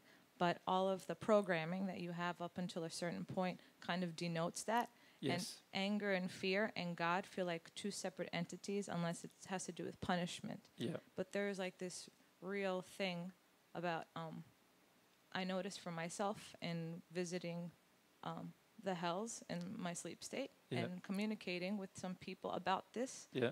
And there's no God and there's nothing. And it's like, psh, we used to believe in God, but not anymore. Yes. And I don't know how to show them that. It reflects my condition, of course, but I'd like to be able to. Can I illustrate why many arrive in the spirit world when they believed with God in God on earth, but they arrive in the spirit world in a dark condition, and then they no longer believe in God? Can I talk about why that's the case? The primary reason why that is the case is there are people on earth who believe in God, but they use God as a justification for evil deeds and evil desires. So in other words, many times, so if you look through the Dark Ages, for example, and look at what the Catholic Church did with the Spanish Inquisition, just as an example. So there you have a church that states a belief in God and who's willing to enforce this belief in God on people, so much so that it's willing to murder many millions of people to force its belief. Now, the people who were engaged in doing that were willing to murder other of God's children. Now, in the process of murdering, their own soul condition becomes darker every single time. Dark.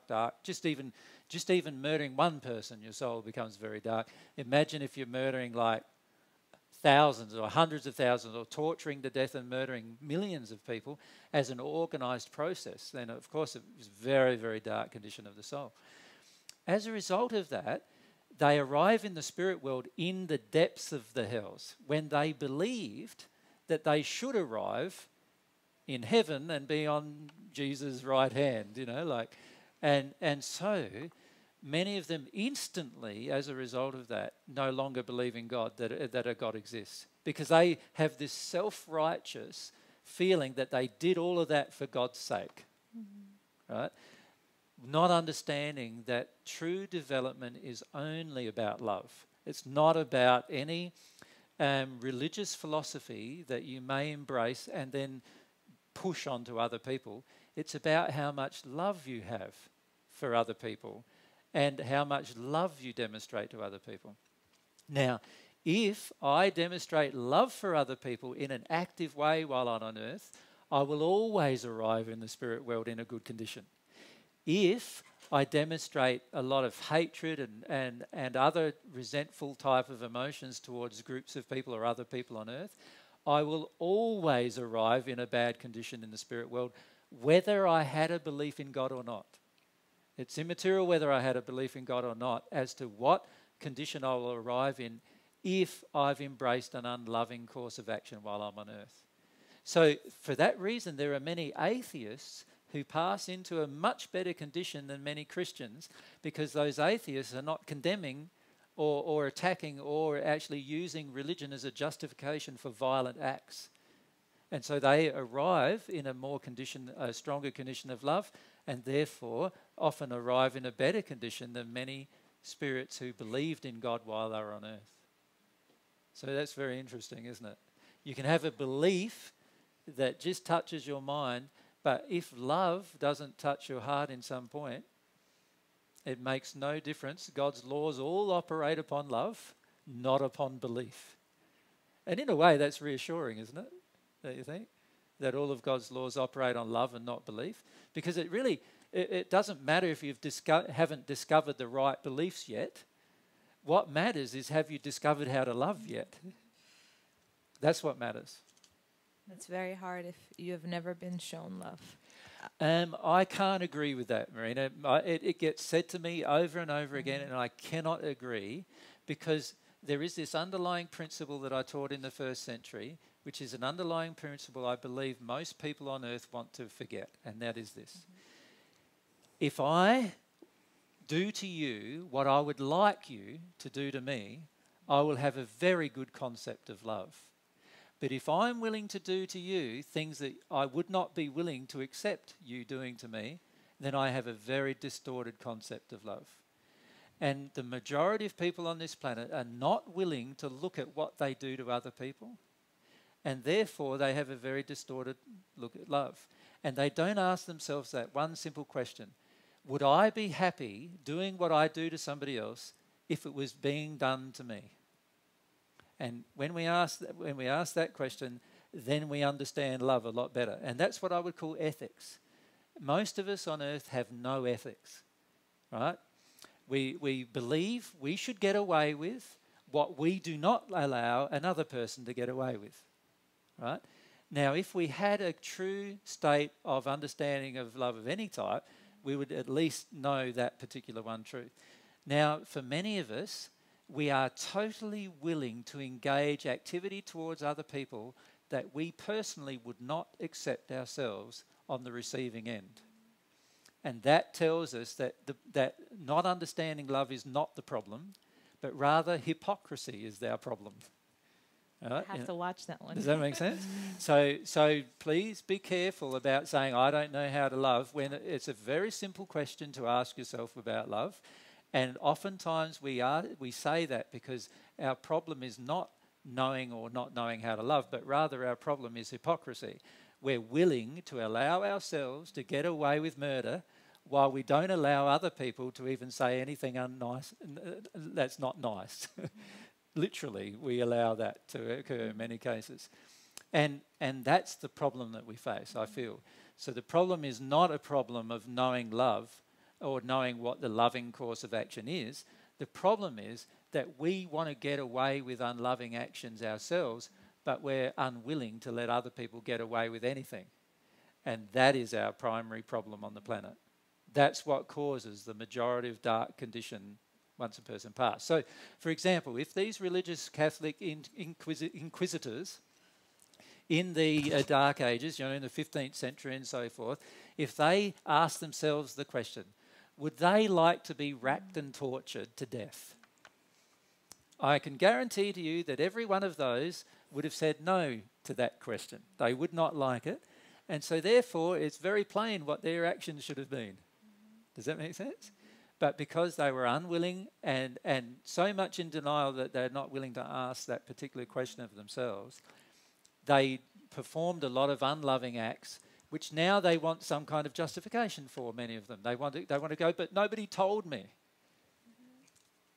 And I cannot agree, and God, by the way, does not agree with this nobody told me thing. Because the reaction is quite simple. Would you like it done to you? If you wouldn't like it done to you, then why are you doing it to somebody else? Very simple, isn't it? Very simple rule to live your life by. And if you can live your life by that rule, you'll pass in a much better condition, and you won't have engaged unloving actions while you're on earth or violent actions while you're on earth. Yep. You've shown a lot of light to many people in the spirit world about that. There's a lot of denial Yes. about what love is and how it should be executed. Yes. And the main reason why is because they do not want to come to terms with that one underlying truth, and that is how I treat you needs to be governed by how I'm willing to accept you treating me. And if all of us governed our life by that one principle, would anybody ever go to war? Would any of you ever participate in war if you governed your life by that one? Would you like to be shot? No. So, why would you want to shoot somebody else? Would you like to have a bomb dropped on you? No. So why would you like to drop a bomb on somebody else? Would you like to, would you like to be raped? So why rape somebody else? It just gets down to that single question of, would you like it done to you? If not, then why would you do it to another person? And if we ask that one simple question, we'll understand a lot about love in that one simple question. We'll understand a lot about how we should be acting towards other people. So how do you feel when somebody's demanding of your attention all the time, for example? How do you feel? After a while, you'll put up with it for a short period generally, and then after a while you feel like this isn't very nice. They're just demanding. So why would you then demand somebody else do the same for you? It's the same principle, but on an emotional level. And this is all we need to ask ourselves if we really want to bring ourselves into harmony with our actions, into harmony with love more. Yeah. And the reason why people are in the hells is because they have not asked themselves that one question, which is a question which is a normal question to ask. You think about it, a little tiny child, 2 years of age, has somebody come up and hit it, what's the first question it generally asks itself? Why did they do that? And if that's the question we normally ask, then surely we should ask that all of our lives. Why would we want to do that to somebody else? We hurt when that was done to us. Why would we want to do it to somebody else and hurt them in the same way? It's a very simple discussion, isn't it, then? A few months ago, I gave a talk in Melbourne in Australia on ethics and morality. And it's probably worth listening to that talk. In terms of gaining a bit more insight about what are morals and what are ethics, and comparing the two in our lives and seeing the effect that it has on our soul. Yeah. That's good. Francine, if you just hand the mic forward. Hi. How you doing? Good. Good. I find that since I've been on the path, I know I'm more loving. I feel more loving, but it seems that in the process, I feel a lot worse about myself. I feel like I see everywhere where I'm not loving and I'm judgmental. And how do you evolve without feeling like that sinful, depraved creature? Like when I say I'm most amazing of your handiwork, I'm going, yeah. I don't feel an amazing. It's one thing to feel the fear and all that, but how do you keep? Because it kind of opens your eyes to everything you do wrong. I agree, but this is a very important process. We need to have our eyes open to everything we do wrong. So what we need to do is go through this process of learning to see ourselves in the mirror as we truthfully are. It's like It's like believing that we look 25 when we actually look 100, right? That's what it's like. It's a bit of a shock initially. So we can feel the shock of that. We can feel the shock of our condition. And in fact, it's very helpful to feel the shock of your condition. It's a different thing to judge it than to feel it. And this is what we've got to be very careful of. When we judge the condition without feeling it, we are capable of actions that are still much the same as we've always been capable of. We need to be able to feel the condition, like to see ourselves as we truthfully are. So this is very important. And it's very important to allow your sadness about that, to allow your sadness about what you see, because your sadness will be a motivator for you to change. Does that make sense? It will help you change. But once you feel this sadness in you about what you see, the key is going deeper and finding out why you chose that act or why you chose that particular feeling. Now, many of our feelings that we suppress all through our life have to do with ourselves. So in other words, we've been taught that we're nice and strong and everything's fine and this is something that's happened. And if you think about your life and think about the choices you've made in the past in your life, for example, becoming a lawyer is very much a choice governed by family, because it was doctors, lawyers, family, well-educated family. It's a way of maintaining a facade by doing a job that gives you a sense of self-esteem, of self-worth.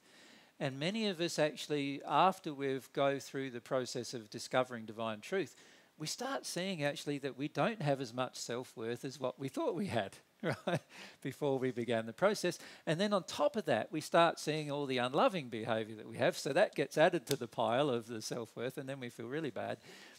The key is to take every one of these things to God, but not in self-punishment. So God doesn't want us to punish ourselves about what we've become. God does want us to correct what we've become.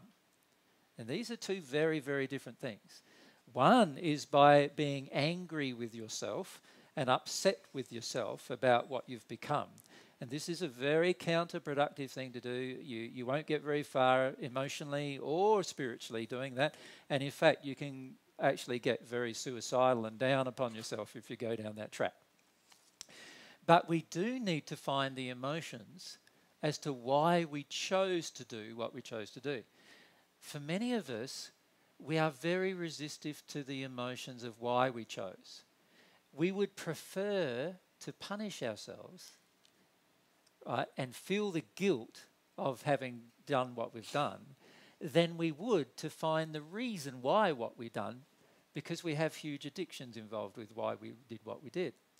And this is where most of us have a tendency to go. So what we do is, instead of going into the focus of looking at why we chose to do what we did, we are content to punish ourselves because it helps us avoid why we did what we did. Right?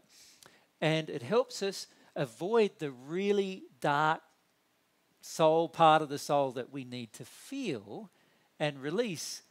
And so what we do is we punish ourselves, we beat ourselves, and we go through all these feelings of guilt and then self-punishment and self-attack. And of course, that attracts a whole group of spirits around us who are willing to just dump on us as well. And so we can get very down very quickly doing that. But if we instead had a sincere desire in our heart to actually focus on the actual cause, can you see we wouldn't go down that track? So my suggestion is, if we're going down the track of self-punishment or, feeling really, really bad about ourselves and crying about how bad we are and so forth, and not actually getting to the causes to why we feel bad, then we're actually avoiding the causes to why we feel bad. And all of that processing is a bit of a waste of time. Because unless you're willing to address the cause, anything you process is pretty much a waste of time. So we need to allow ourselves to see the actual cause inside of ourselves. And that requires a lot of courage a lot of the time. And it's usually our fear that causes us to revert back to self-punishment. So a lot of the times what we do when we go back to self-punishment is we prefer self-punishment because we're too afraid to actually find the real reason why we did something. Does that make sense? Yeah. Yes, thank you. And I suggest that's what's happening for yourself. You're very afraid of finding the real reason why certain things have been done. So self-punishment or self-criticism or guilt is a much more preferable emotion. It's an emotion that you're taught to have right from a young age, so you're used to that emotion. In other words, you're completely comfortable with that emotion, right? But this other emotion that you're not comfortable with is an emotion that's been suppressed and denied for years and years and years and years, obviously for some reason. And that's the emotion that you need to allow yourself to feel. So what I have a tendency to do for myself is I pray about, firstly, my fear, which is the layer, on top of feeling that emotion. And when I see myself having a tendency to go into self-punishment or self-criticism or, self-condemnation, I go, okay, I'm obviously in a lot of fear here about another emotion. Because if I didn't fear that emotion, I wouldn't prefer this one that I'm used to doing. Yeah. Does that make sense? And if you go that way, you're not going to feel like a really yucky person. Well, no, this is where I want to clarify. Yes. Because you may. You will. But it'll be for a short period of time. Yeah. When you go to self-punishment, that's total avoidance, and that's just berating yourself, and it's anger with self. Yeah. But what I found is I liked anger with self. And it took me a long time to give that up as an addiction, because then as I get closer to the real emotional self, there's a lot of grief about self and shame about self, which is not the same as anger. It just feels yucky. And can I point out the reasons why? Like for Mary and her childhood, there was a lot of humiliation aimed at a person who was feeling their emotion. There's a lot of humiliation aimed at a person who feeling their grief, for example, and even more associated with fear. So fear in Mary's family was laughed at, ridiculed, and even set up. You were set up so that fear was triggered, and then everyone would laugh at you. So there was this process of humiliation involved. So it was the fear of the humiliation emotion that caused Mary to revert to self-punishment. Does that make sense? So fear of a even harder emotion to experience. Yeah. Yeah. But then as AJ said, this feeling yucky about yourself doesn't really last very long as we're willing to face the big fear. And for me, it feels like a trapdoor. So I don't self-punish anymore. I'm willing to feel yucky about myself, but that's not the real cause. The real cause is under the trapdoor. That's when I hit the real pain, which is the things that happened to me that made me feel like this about myself. And that trapdoor is like big fear of the big pain is what it feels like to me. And so I spent a lot of time in the self-punishment. Then I got a bit comfy and cozy over here and I'll just feel bad about myself until I really felt, well, no, under this is really, because in causal emotion, there's always truth. And while I'm feeling, I'm bad, that's not truthful, actually, is it? As you know intellectually, the truth is something happened to me that made me feel very bad about myself. And that is usually really painful, connecting to the truth about that.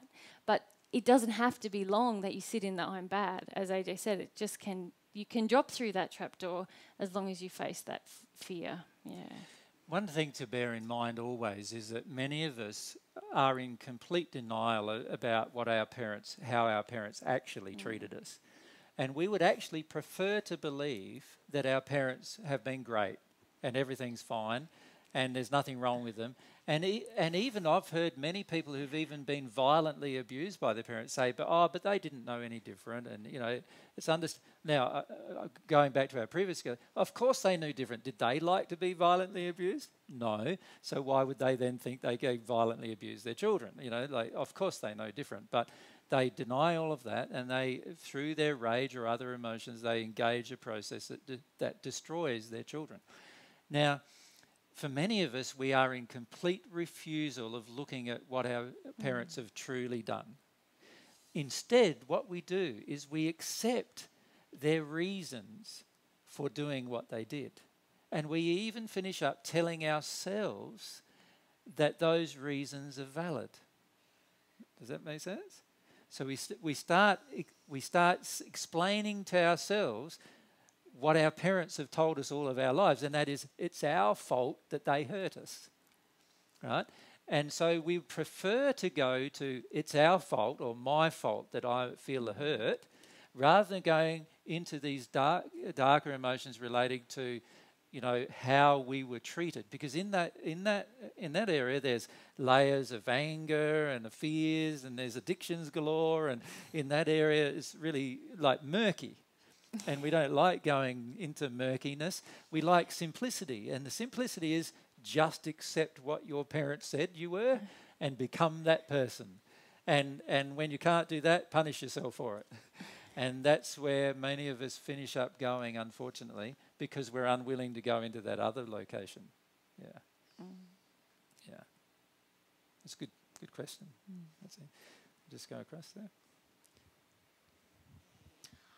I think this is prompted by some spirits. And the question is, you keep saying that if you're very loving to others, you'll end up in a good place. So this group of spirit wants to know why they're in such a bad place. And they're saying that the feeling is that they always did everything right to others. They always treated other people with love.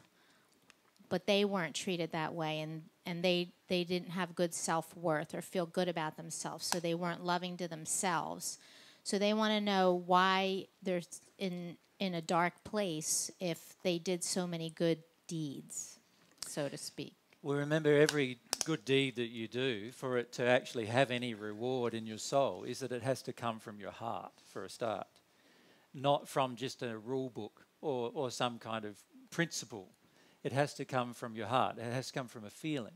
Mm-hmm. So firstly, this group of spirits, it hasn't come from a feeling when they did good things for others. It came from an underlying feeling, from an underlying belief system, that if they did good things, they'd be rewarded later, which is actually a selfish motivation.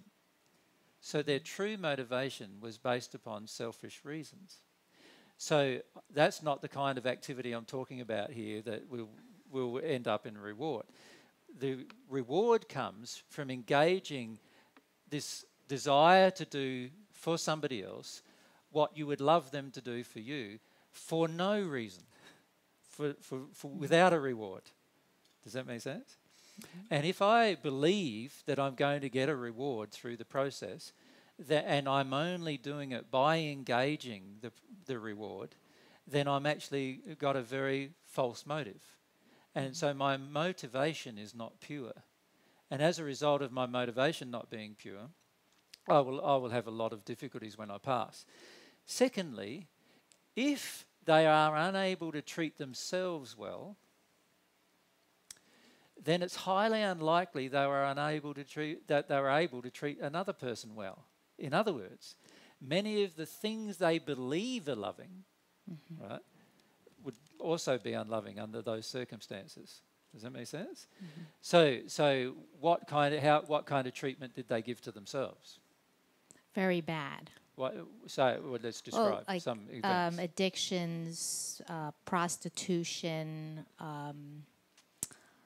allowing themselves to be put in situations where they would be hurt. Neglecting their body, not eating well. That's all I can really feel. Okay. So the majority of the reason why they where they are in the spirit world is because they believe that this unloving treatment of themselves mm-hmm. was actually justified. And there is a law of compensation for that, because from God's perspective, it's the same whether I treat you badly or whether I treat myself badly. I'm still a person that needs to be treated as well as I'm going to treat you. They feel really angry about that. Well, that's one reason why they're in the hills, is because if they release their anger, they'll get to some fear and sadness as to why they treated themselves badly. And they will see that they treated themselves badly, and then they'd progress quite rapidly. We can talk to them more specifically if they wish. about their particular issues. But the issue they're facing at the moment is they have a very strong feeling that God's the fault or other people are the fault, and they don't see it as their problem at all. And they desire to see it as other people's problem. Yeah. But every time we arrive in the spirit world in a certain location, it is always to do with something we chose. Yeah, they don't really want to take that responsibility. Exactly. Yeah. And the reality is, if some of them were involved in prostitution, while they think they might have been doing their fellow man a favour, they certainly were not. Right? Yeah. Yeah. It's not a favourable thing to engage the sexual addictions of another person for profit. Right. They think because they didn't initiate these things that they don't have any responsibility for it. Exactly. That's even their though problem. they were like the other end of the addiction. So to No, they speak. did initiate the things. They, if they, for example, let's look at the prostitution issue. What they're doing is they're feeding addiction in men to have sex for pay. So who benefited with the pay? Right, they did. They did, yes. Okay. So can they really say that they were being loving if they themselves, and giving with no return? Well, they say that's because of how they've been treated, that they had to do that. You don't seem to understand that. I'm sorry, I'm just telling you what they're saying. I This do is not understand. me. I do understand that. What would have happened to them if they didn't engage in prostitution? They could have been killed or left with nothing to eat, and they wouldn't have been able to feed their children. Yeah. So they think that it was justifiable that Yeah. they had to do that, and that you don't understand No, how I that do would understand. feel. My soulmate was engaged in prostitution in one part of her life. I do understand.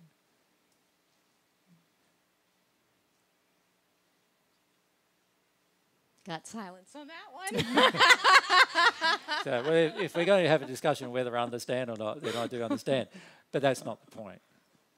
The point is that even though they have justifications for taking the action they took, every justification is based on a fear that they have. So what's the first step?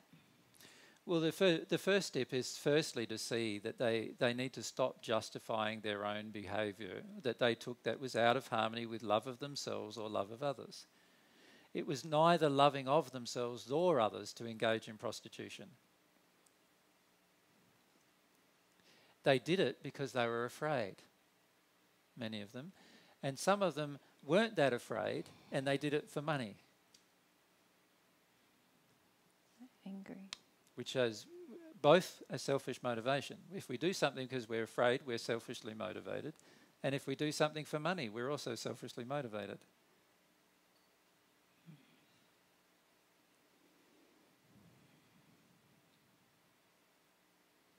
It was just sort of like a feeling of panic as you're talking in them. So why did they feel panicked?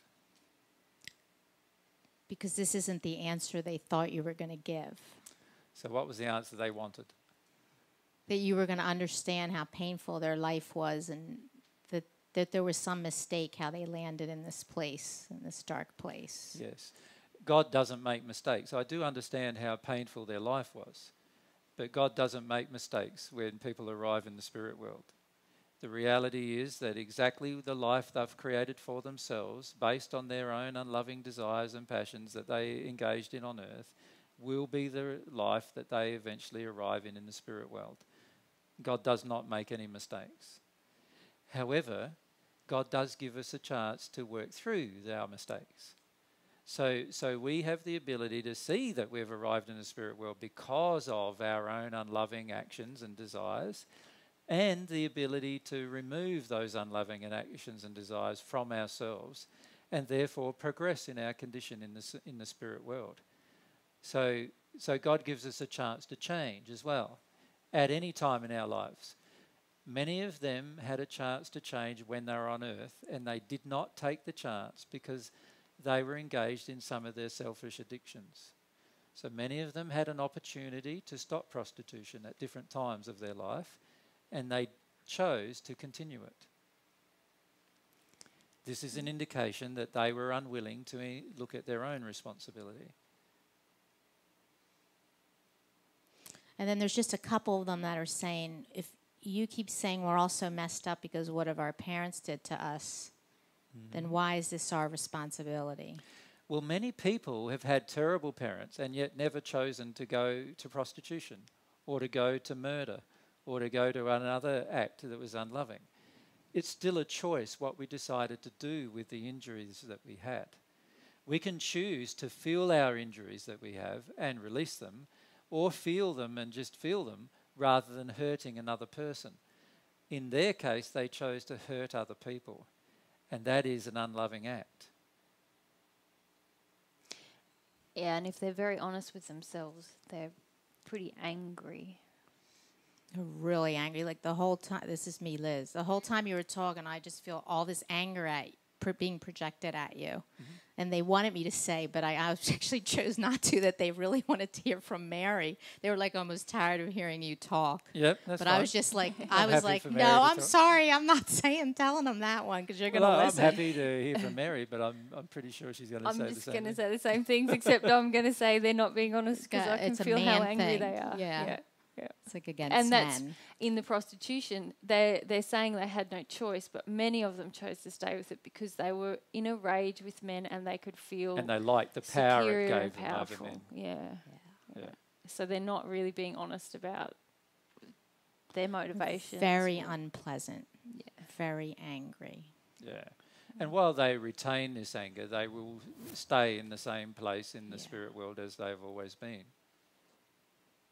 It's only when they're a bit more honest with themselves and look at their actions that they've personally taken and their desire to manipulate and control men through prostitution that they'll actually start to, see their, why they're where they are right now. Now, I agree that they've had quite difficult lives when they're on earth before they entered prostitution, but it was still a choice they made. And Mary in the first century made the same choice. But she's Yeah, and also made a different choice in the first century as well. Yeah. So. If they look at my life, then they would see that I had to take responsibility for the emotions that I was avoiding in doing those things and the anger that I had. And if they can see that, they'll see that I had to go through quite a process of becoming more real with myself, and then repenting for how I'd harmed other people through those processes. And a whole bunch of them are getting what you're saying, and then there's a group that's just stomping their feet about it. So, yeah. Yeah. And, oftentimes when we do take unloving actions towards other people, we want to justify it. We want to get all enraged and have this righteous justification of why we chose to do what we chose to do that was unloving. The reality is that God's laws work perfectly, and if we're in a dark condition in the spirit world, then it's because of unloving choices we have personally made, not because of the unloving choices that other people have made. So we need to understand this if we're ever going to progress. So if they were to come back to me at some other time, I would just keep trying to help them and talk to them the way that you are and teach them. And we can understand what they're going through, but we cannot agree with their position of maintaining rage towards God and men when they themselves chose to take unloving actions that engaged them in the things that they engaged with. So, they need to look at the rage they have with men and the rage they have with God and start working their way through those particular groups of emotions if they're ever going to get out of the dark place they are currently in. Am I channeling them just because I'm a medium or because I have some compatibility issue? You have a feeling inside of you that's supportive of them in the sense that you feel anger towards men is justified. If you've been hurt by men. Well, it doesn't matter whether you've been hurt by men or not. No, I'm just saying it. You still believe it's justified. Okay. Because the reality is you're willing to be angry with men who have never hurt you. So you actually believe anger with men is justified. If one man hurts you, then you believe being angry with all men is justified. And this is something that they believe, exactly the same kind of belief, because they took out their actions on other men that did not hurt them. Does that make sense? So certain men hurt them, then they decided to take those actions out on other men who did not hurt them. And you have exactly the same emotion inside of yourself, where you're willing to take out actions upon other men who never hurt you, based on the hurt you feel from different people that have hurt you. And these are compatible emotions, and so you feel justified, or their condition is justified. So any spirits that come to talk to me, I should look and see what they wouldn't be able to talk through me if I didn't have some compatible issue. Oh no, you can get into a condition of love, and any spirit would come to talk with you then. But usually there is an association initially of the type of spirits that will come and speak. The spirits that came and spoke with Mary earlier, who have been following us around for some time to want to speak, really have been mirroring Mary's emotions quite strongly, in that Mary was going through, if you want to explain. Yeah, well, I was going through a huge resistance to feeling my fear, my terror. But also what I realised by the end of the channeling was Tiffany's strong emotion about feeling humiliated. She was very confronted about being emotional in front of other people, and that's certainly an injury that I have. Yeah, and just the terror of being out of control. Yeah. I felt, though, that there was an attraction happening for the group also, and I was interested to hear about the reflections anyone had, if they saw themselves in this idea that she decided that she had developed by actually being in total denial of fear, and actually she was terrified. So I felt at one point during the channeling this huge resonance with everyone, and it was like, oh, I can hardly maintain a connection because everyone just wants to not look at this issue. And then I just kind of got through that bit. But yeah, I can't remember exactly when that happened. I don't know if you felt that as well.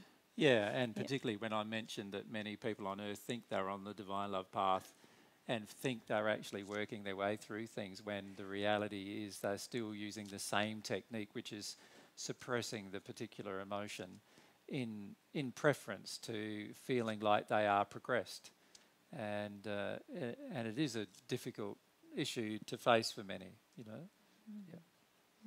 Yeah. Thank you very much. No worries, Liz. It's always good. Go straight behind you. Hi. Just hold it close. Hi, AJ and Mary. Great, Laura. great Hi, to Laura. be here with you. Yeah. I have a question regarding the law of compensation as it relates to children. Yep. So let's say a young child is acting out, is being violent towards other children, for example. Yep. And they're reflecting the repressed anger of one or both parents. Yep.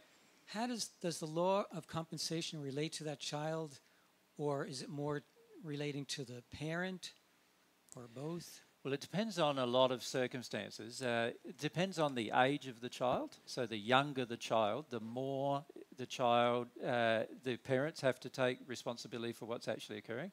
Also, the child could be overcloaked by a spirit who's actually encouraging the child into violence, and under those circumstances, the spirit would be the person who is having the law of compensation affect most of the effect.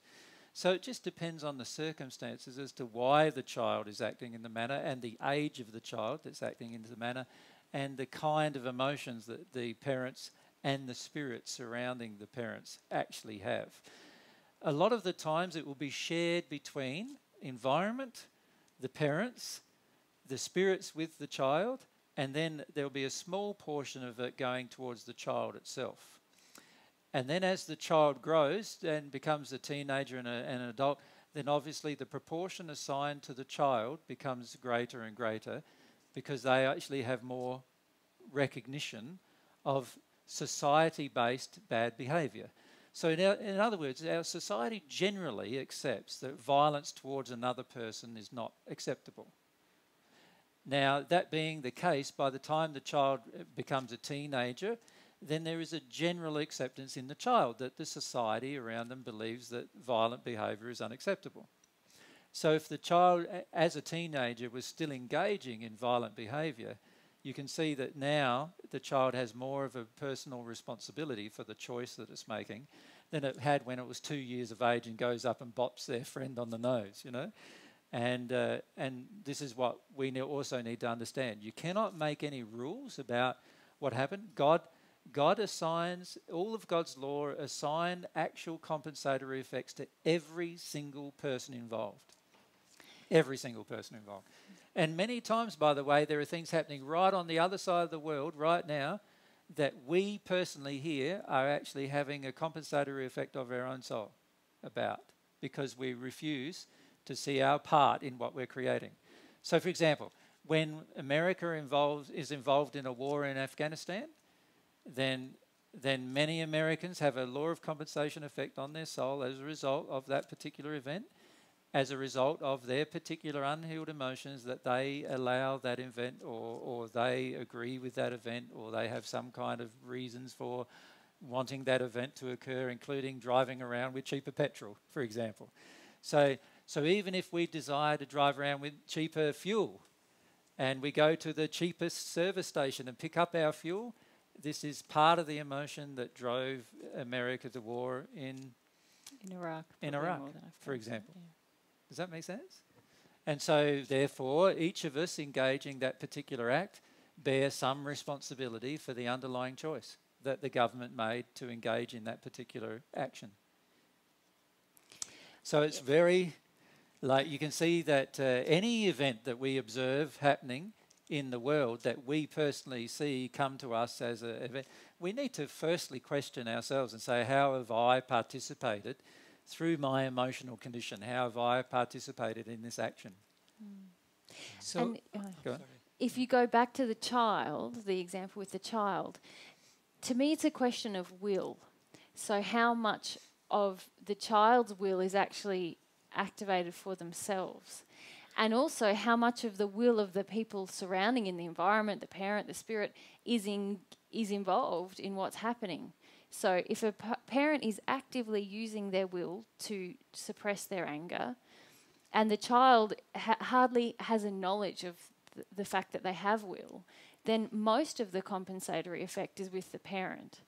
Now, as the child, like AJ was pointing out, as the child grows and begins to have more of a concept of their own will, then the compensation is acting more and more on their soul, but it will always go back, there will always be compensation for the parent until the parent heals what they have done to create this condition within their child.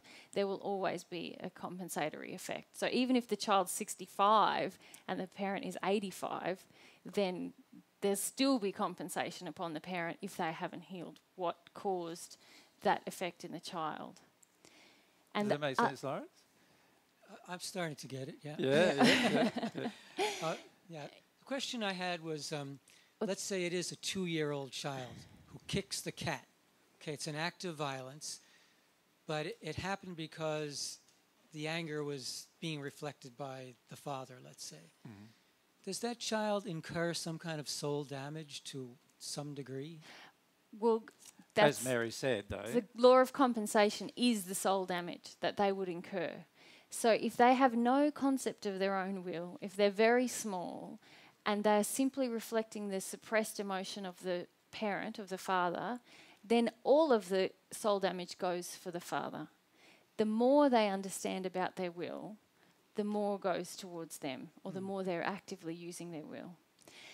But to just finish what I was going to say, if I saw a child acting out in this way and I was the parent, there would be 2 things I would be looking at. One is how, as AJ said, how has my emotional condition created this for the child?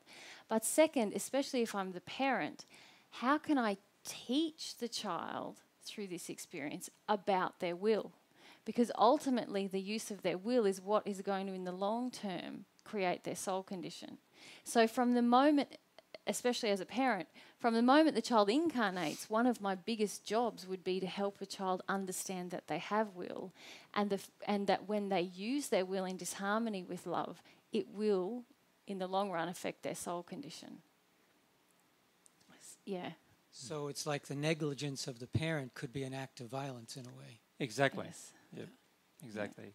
We often are negligent as parents to teach our children principles of love because we personally don't want to engage those same principles. And so we then teach our children to not do it. And I see many parents, for example, not at least attempting to teach the child about the loving use of its own will. So many parents say, the child should be let to do whatever it wants. I can't agree. God doesn't let you do whatever you want. God has consequences assigned to every action you take. And if you do the same with your own children, then you're just creating a monster, to be frank. And then, of course, that monster, whatever that monster goes ahead and does, will be quite a large degree attributable to your own lack of action as a parent. Yeah. Thank you both very much. No worries. What is the time, by the way? Can we just... 8:35, yeah. We need to finish shortly, so... across this way, Alicia. Hello. G'day. How you doing? Good. I have a question. When I was 13, I discovered that I had scoliosis, curvature of the spine, and ended up having spinal fusion rod in place. And it has been my challenge since. And in your discussion earlier, I was thinking of the connection, and I want to make sure I have it clear. One, that at that age, probably more to do with my parents' unprocessed emotions. Yes. And also spirit attachments. And spirit attachments. As a result of the parents' unprocessed emotions. Yeah. Okay.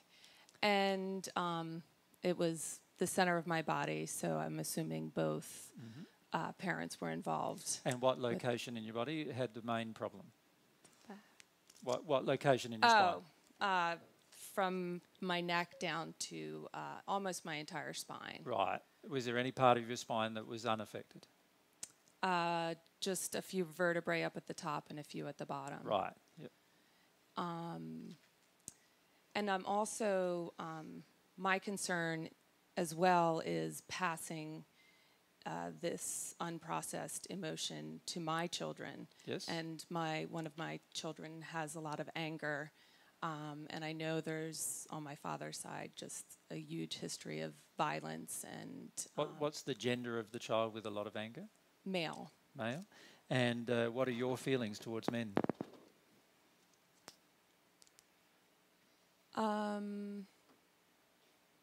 Well, at the moment, I've done a lot of healing around it. So, and I have a wonderful husband, so I have a lot of love.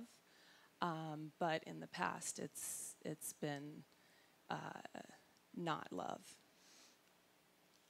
I would suggest that what you've just said is not the truth because your son is reflecting something completely different.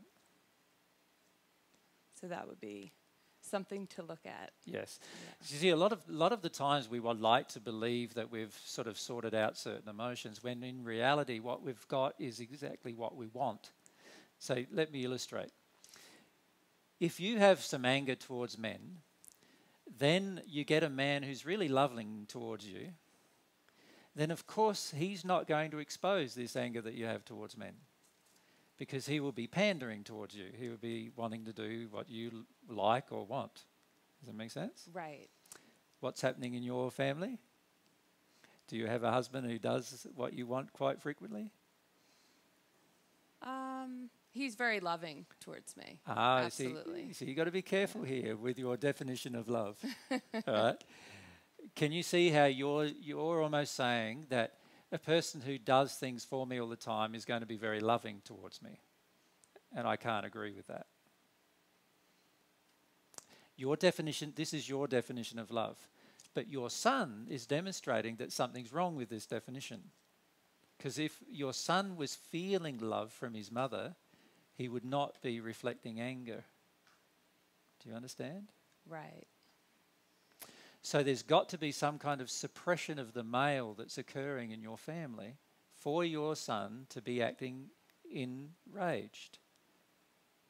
So that tells me, and I can feel your emotion anyway, but that tells me, even from a logical perspective, that there's got to be something going out of you towards the male that causes the male to feel this anger and reflect it.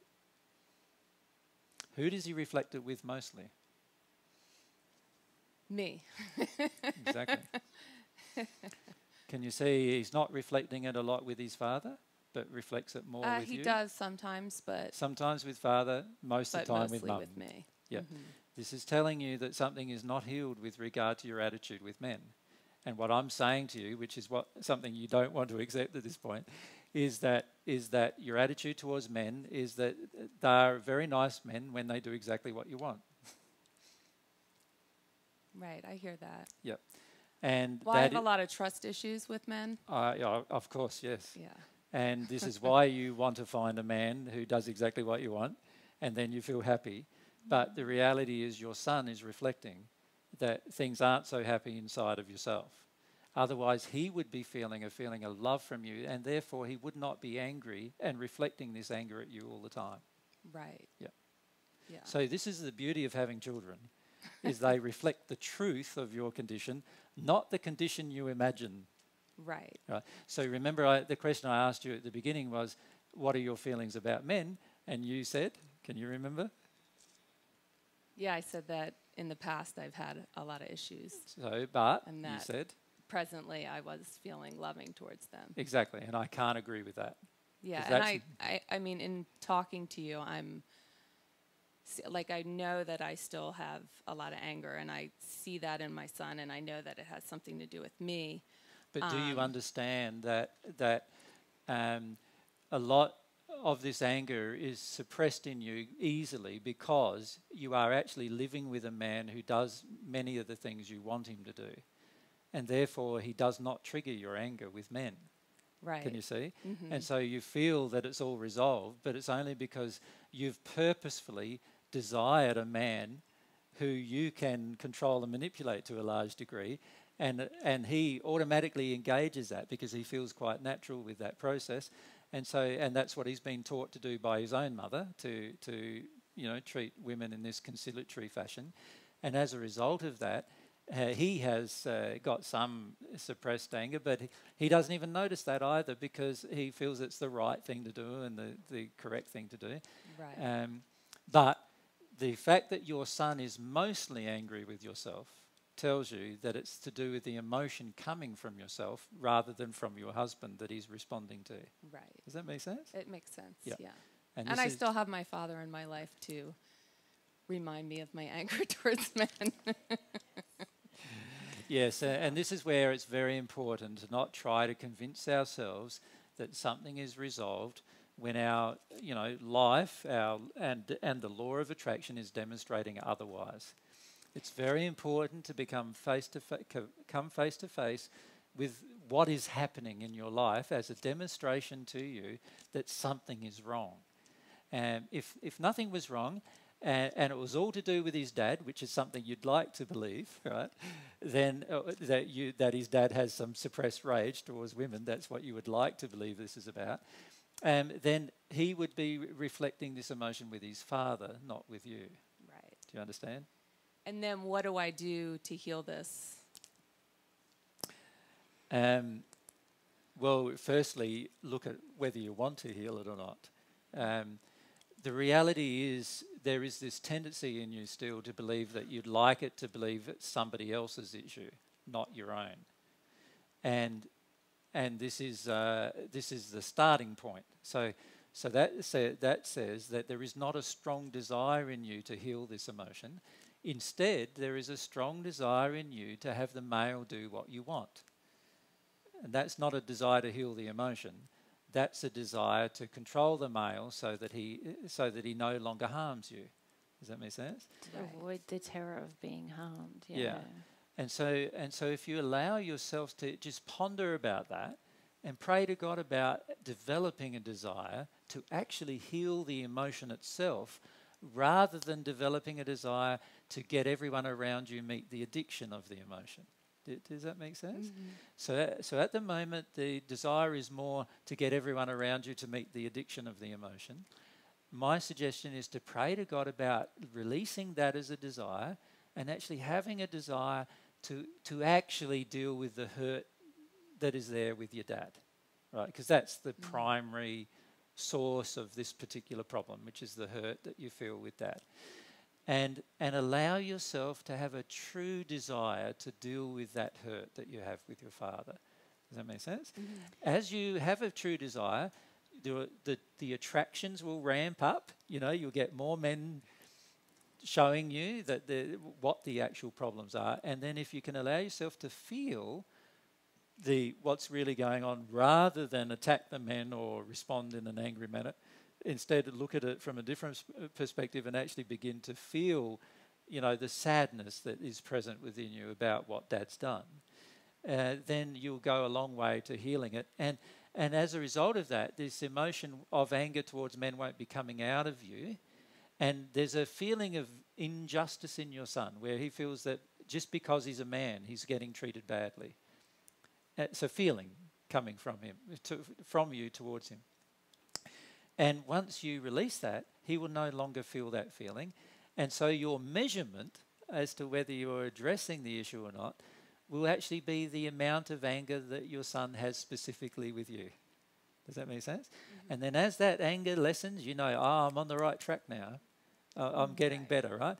And then as the anger lessens so much that eventually your husband's the one that gets most of his anger, then you know it's your husband's turn to deal with some of this feeling that men are less than women, right? That he needs to address. And once you both address those particular emotions completely, you'll find that your son will be very gentle with the both of you. Yeah. Good question. It is a good question. And can I add as well, at the moment, like you kind of know there's anger with your dad, and you can sort of almost and you can connect. feel even that grief that you feel with him, the hurt.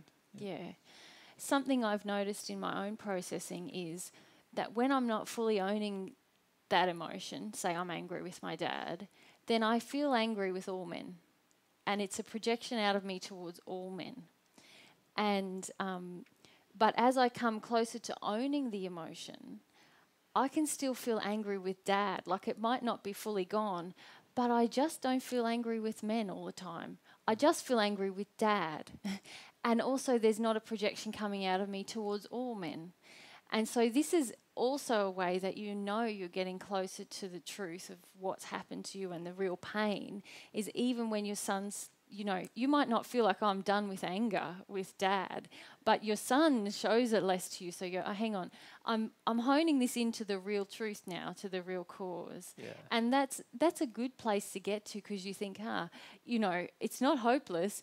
There is progress. I still feel angry, but at least I'm going in the right direction now. And if I keep just being humble and owning it, I'm going to get to that terror, and then I'll get to the grief. Yeah. So emotionally, if you think about it, when you place the emotional responsibility on the person who created the problem inside of you, rather than placing the emotional responsibility on every man, then obviously that's a condition of higher truth. Because it was only certain men, or one man even, that might have caused your particular issue. Does that make sense? While it's going out towards all men, there's unloving behaviour going out to all of the men who have not treated you badly. And that's where the compensatory effect starts occurring on the soul, but it's also where your son reflects. He's reflecting that I blame all men still, not my father. So, and the reason why we have a tendency to do that is because we still want love from the person who hurt us. And so we have a tendency then to not associate the hurt with the person who hurt us, because we still want love from that person. And if we truly associate the hurt with that person, then we'll probably not want them in our lives, or, you know, any of those things. And if we do that, the beauty of doing that is that all the other men who unjustly feel our attack now will feel much happier in our company. And if we go back to that trapdoor thing I was saying to Francine, got it already, but I was saying to Francine earlier about there's a real terror about feeling where the pain originated from.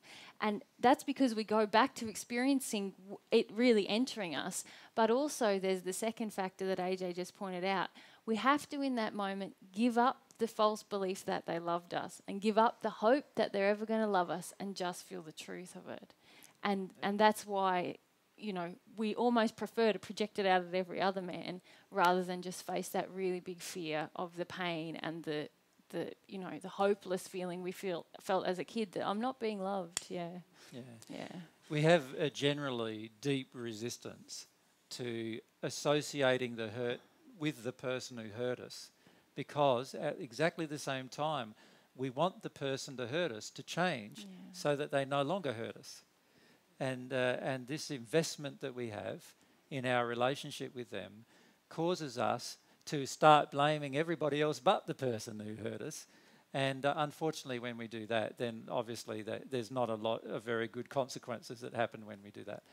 It's far better to associate this hurt with the actual person who hurt you and then go through the process which eventually will result in forgiveness of that person, rather than make out that person never hurt you and then automatically associate the hurt with every person of the same gender or similar characteristics. Yeah. Anyway, it's probably time to finish off now, I feel. So I don't know how you feel things went tonight. How did you feel about Mary's channeling? Was that fine? You could... That's good. It was a bit uncomfortable to channel. They were quite intellectual and resistive. So yeah. So over the coming few days, we'll try to channel a few different groups of spirits with different issues and problems, but also we may actually finish up engaging some spirits with questions that you would like to ask as well. So we might be able to do that over the next 2 days. So our session tomorrow will start about 1, and we'll probably have a break about 3 o'clock or so. I understand the food situation here is there's no food situation. Is that? Yeah, I think we can bring our own snack, but it's not a Not allowed to share. share Sometimes we do a share thing, Yeah. but that's not on here. So, is so that right? Yeah. So you'll need to make your own arrangements for food tomorrow. We'll have a break about probably 3-ish to about 3:30, 3:45. So there's a bit of time for a break there during the middle or course of the day. Thanks for your time again tonight, guys. It's good to catch up with you, many of you again. And for those of you who've met for the first time tonight, very enjoyable to meet you tonight. And we look forward to getting to know you a bit better over the coming couple of days. Yeah. Thanks for your time.